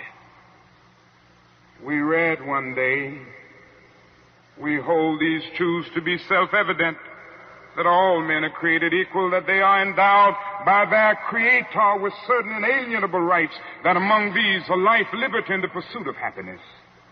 But if a man doesn't have a job or an income,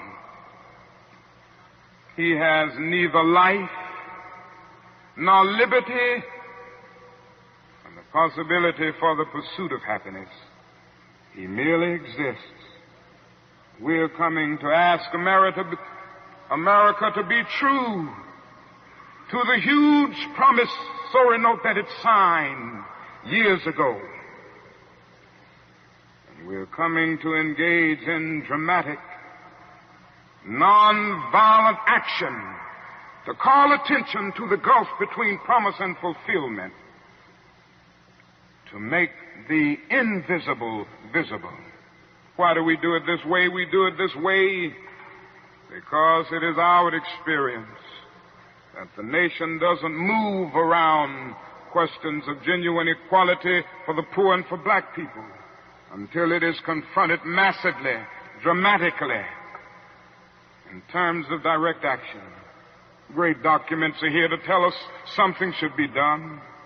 We met here some years ago in the White House Conference on Civil Rights, and we came out with the same recommendations that we will be demanding in our campaign here, but nothing has been done. The President's Commission on Technology, Automation, and Economic Progress recommended these things some time ago. Nothing has been done.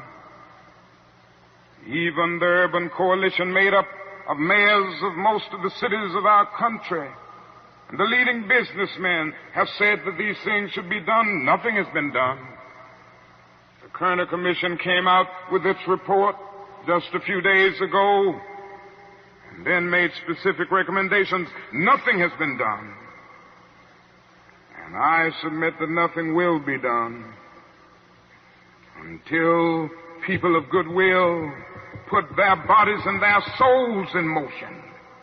And it will be the kind of soul force brought into being as a result of this confrontation that I believe will make the difference. Yes, it will be a poor people's campaign. This is a question facing America. Ultimately, a great nation is a compassionate nation. America has not met its obligations and its responsibilities to the poor. One day, we will have to stand before the God of history, and we will talk in terms of things we've done. Yes, we will be able to say, we build gargantuan bridges to span the seas. We build gigantic buildings to kiss the skies. Yes, we made our submarines to penetrate oceanic depths. We brought into being many other things with our scientific and technological power. It seems that I can hear the God of history saying, that was not enough. But I was hungry, and ye fed me not. I was naked, and ye clothed me not. I was devoid of a decent sanitary house to live in, and ye provided no shelter for me. And consequently, you cannot enter the kingdom of greatness if ye do it unto the least of these, my brethren. Ye do it unto me. That's the question facing America today. And I want to say one other challenge that we face is simply that we must find an alternative to war and bloodshed. Anyone who feels, and there are still a lot of people who feel that way, that war can solve the social problems facing mankind, is sleeping through a revolution. President Kennedy said on one occasion, mankind must put an end to war, or war will put an end to mankind. The world must hear this. I pray God that America will hear this before it is too late, because today we are fighting a war. I'm convinced that it is one of the most unjust wars that has ever been fought in the history of the world. Our involvement in the war in Vietnam has torn up the Geneva Accord. It has strengthened the military-industrial complex. It has strengthened the forces of reaction in our nation. It has put us against the self-determination of the vast majority of Vietnamese people and put us in a position of protecting a corrupt regime that is stacked against the poor. It has played havoc with our domestic destinies. And this day we are spending $500,000 to kill every Viet Cong soldier. Every time we kill one, we spend about $500,000, while we spend only $53 a year for every person characterized as poverty-stricken in the so-called poverty program, which is not even a good skirmish against poverty. But not only that, it has put us in a position of appearing to the world as an arrogant nation.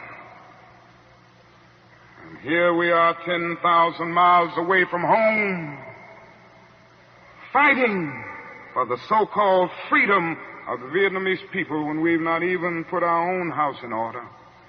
And we force young black men and young white men to fight and kill in brutal solidarity. And yet when they come back home, they can't hardly live on the same block together. The judgment of God is upon us today. And we could go right down the line and see that something must be done, and something must be done quickly.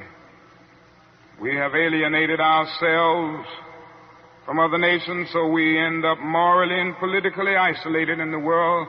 There's not a single major ally of the United States of America that would dare send a troop to Vietnam, and so the only friends that we have now are a few client nations like Taiwan, Thailand, South Korea, and a few others. This is where we are. Mankind must put an end to war, or war will put an end to mankind. And the best way to start is to put an end to the war in Vietnam, because if it continues, we will inevitably come to the point of confronting China, which could lead the whole world to nuclear annihilation. It is no longer the choice, my friends, between violence and nonviolence.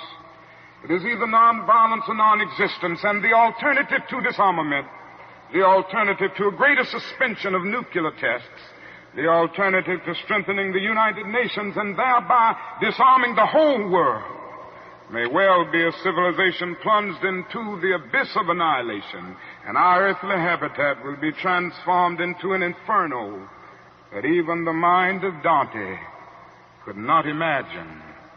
This is why I felt the need of raising my voice against that war and working wherever I can to arouse the conscience of our nation on it.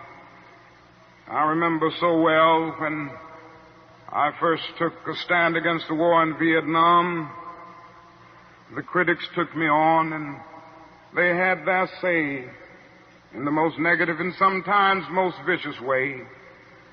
One day a newsman came to me and said, "Dr. King, don't you think you're going to have to stop now opposing the war and move more in line with the administration's policy? Because I understand that it has hurt the budget of your organization, and people who once respect you have lost respect. People who once respected you have lost respect for you. Don't you feel that you really got to change your position?" I looked at him and I had to say, "Sir, I'm sorry, you don't know me. I'm not a consensus leader. I do not determine what is right and wrong by looking at the budget of the Southern Christian Leadership Conference or by taking a sort of Gallup poll of the majority opinion. Ultimately, a genuine leader is not a searcher for consensus, but a mold of consensus. On some positions, cowardice asks the question, is expedient? And then expediency comes along and asks the question, is it politic? Vanity asks the question, is it popular? And conscience asks the question, is it right? And there comes a time when one must take a position that is neither safe, nor politic, nor popular. But he must do it because conscience tells him it is right. And I believe today that that is a need for all people of goodwill to come with a massive act of conscience and say, in the words of the old Negro spiritual, we ain't gonna study war no more. This is the challenge facing modern man. Let me close by saying that we have difficult days ahead in the struggle for justice and peace. But I will not yield to a politic of despair. I'm going to maintain hope. As we come to Washington in this campaign, the cards are stacked against us. This time we will really confront a Goliath. God grant that we will be that David of truth set out against the Goliath of injustice, the Goliath of neglect, the Goliath of refusing to deal with the problems, and go on with a determination to make America the truly great America that it is called to be. I say to you that our goal is freedom, and I believe we're going to get there Because however much she strays away from it, the goal of America is freedom.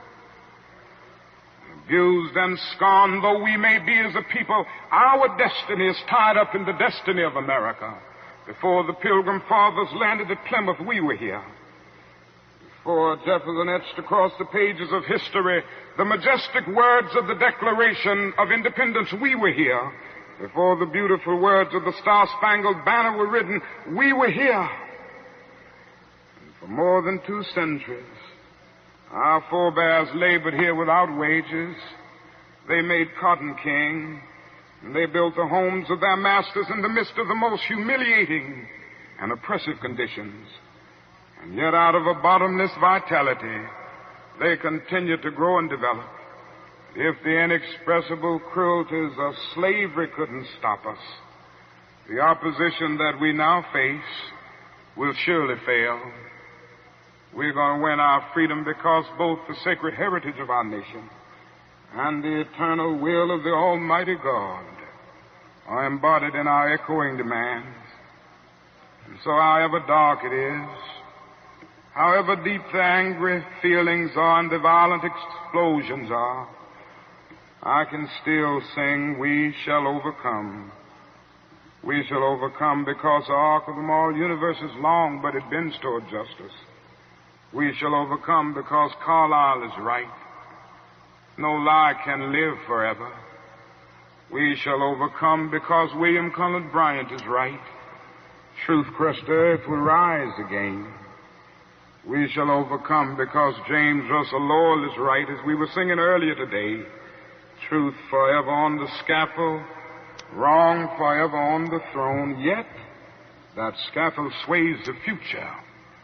And behind the dim unknown standeth God within the shadow, keeping watch above his own.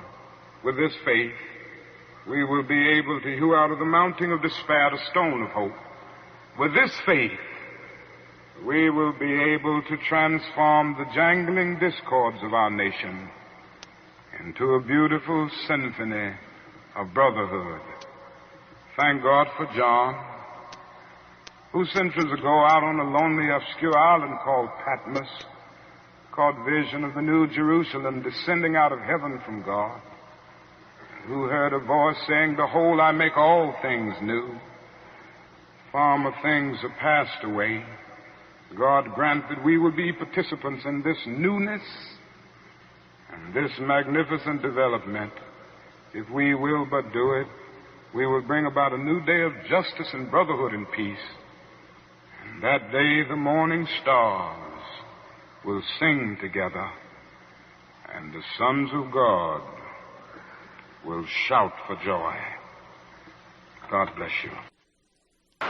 Direct from our newsroom in Washington, in color, this is the CBS Evening News with Walter Cronkite and Russ Hodge in Memphis, Tennessee, Dan Rather in New York, Bernard Kalb in Saigon, Marvin Kalb in Wellington, New Zealand, and Bert Quint in Quezon, South Vietnam. Good evening. Dr. Martin Luther King, the apostle of nonviolence in the civil rights movement, has been shot to death in Memphis, Tennessee.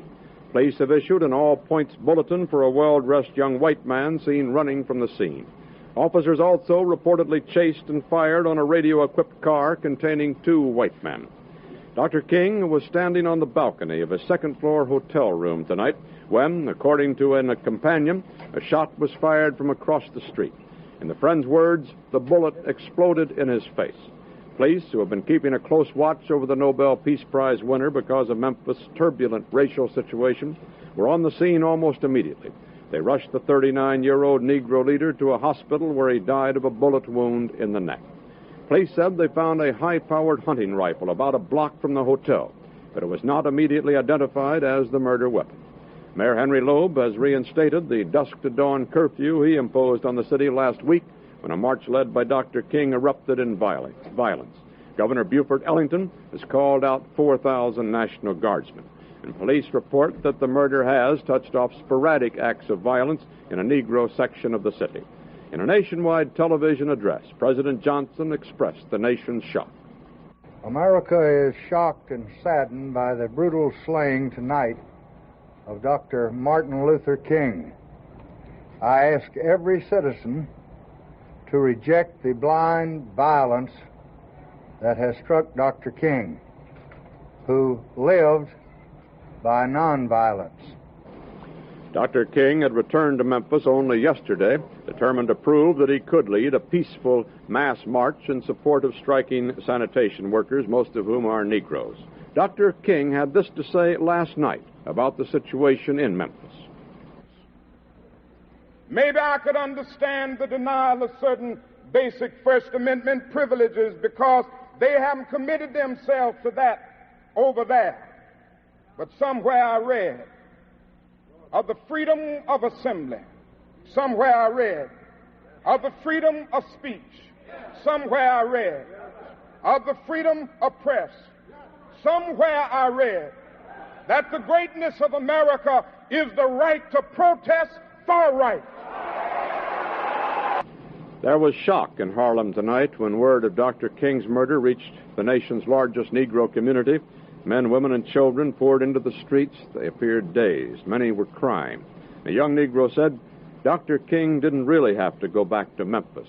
Maybe he wanted to prove something. We want to do a tune written for today, for this hour, for Dr. Martin Luther King. We stated before that the whole program is dedicated to his memory, but this tune is written about him and for him, and so we had yesterday to learn it, and so we'll see.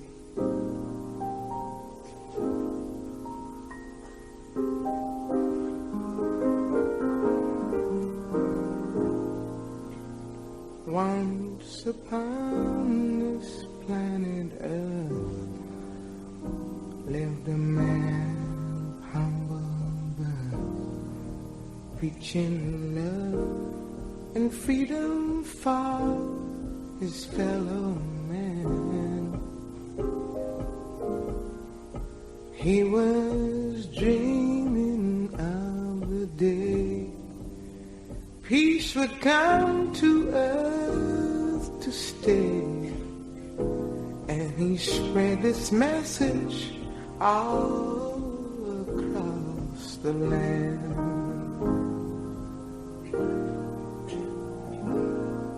Turn the other cheek, he'd plead. Love thy neighbor was his creed. Pain, humiliation, death, he did not dread. With his Bible at his side,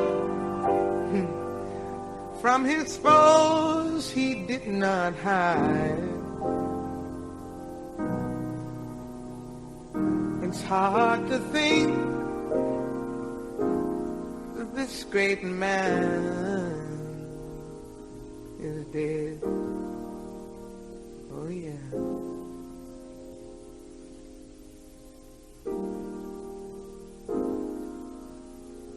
Well, the murders never cease. Are they men or are they beasts? What do they ever hope to gain? Will my country fall, stand or fall? Is it too late for us all? And did Martin Luther King just die in vain?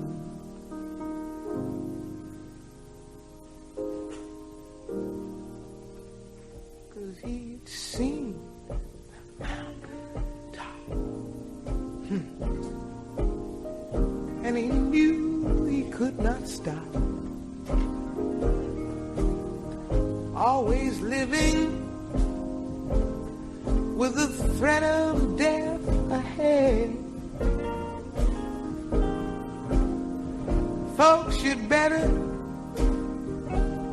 stop and think, 'cause we're headed for the brink. What will happen now that he is dead?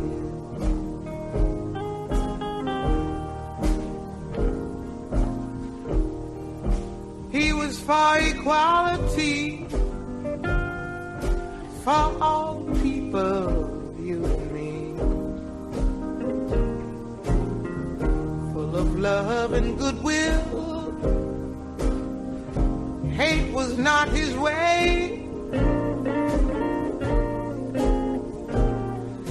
He was not a violent man. Bigotry had sealed his face. We can all shed tears, but it won't change a thing.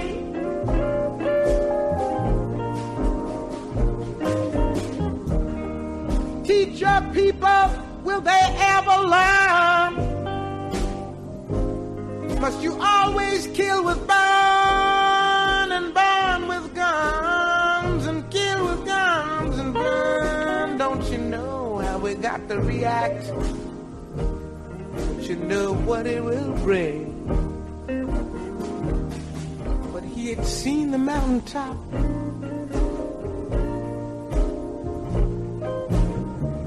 and he knew he could not stop. Always living with the threat of death ahead. Folks, you'd better stop and think. Everybody knows we're on the brink. What will happen now that the king is dead? I'm gonna say he'd seen the mountaintop, and he knew he could not stop. Always living with the threat of death ahead. Folks, you'd better stop and think and feel again, how we're headed for the brink. What's gonna happen now in all of our cities? Our people are rising. They're living in lies, even if they have to die. Even if they have to die at the moment that they know what life is.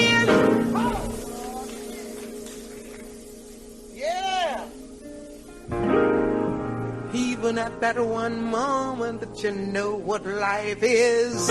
If you have to die, it's alright, 'cause you know what life is. You know what freedom is for one moment of your life. What's gonna happen now that the King of Love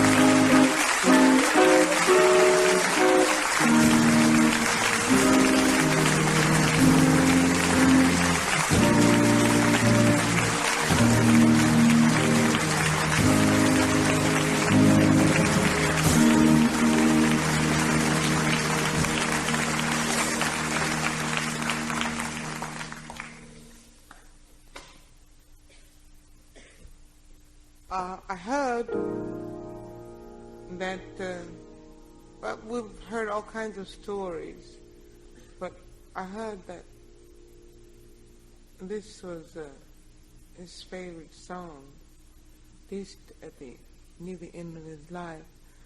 Last year, a year ago, maybe more longer than that now, Lorraine Hansberry left us, and she was a dear friend, and she had her favorite song. And then Langston Hughes left us, Coltrane left us, Otis Redding left us. You can go on. Do you realize how many we have lost?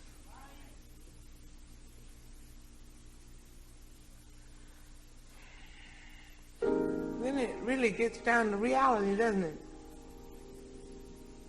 Not a performance. Not microphones and all that crap. But really something else. We've lost a lot of them in the last 2 years.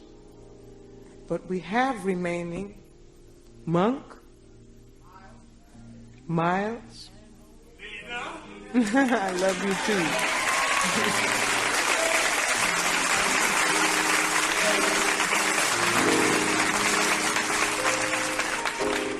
And of course, for those that we have left, we're thankful, but we can't afford any more losses. Oh no. Oh my God. They're shooting us down one by one. Don't forget that. Because they are. Killing us one by one. Well, all I have to say is that those of us who know how to protect those of us that we love, stand by them and stay close to them. And I say that if there'd been a couple of more, a little closer to Dr. King, he wouldn't have gotten it, you know, really. Just a little closer to him. Stay there. Stay there. We can't afford any more losses.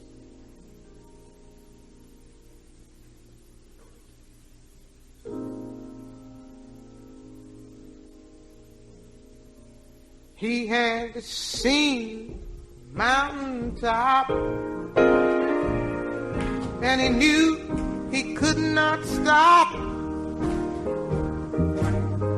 Always living with a threat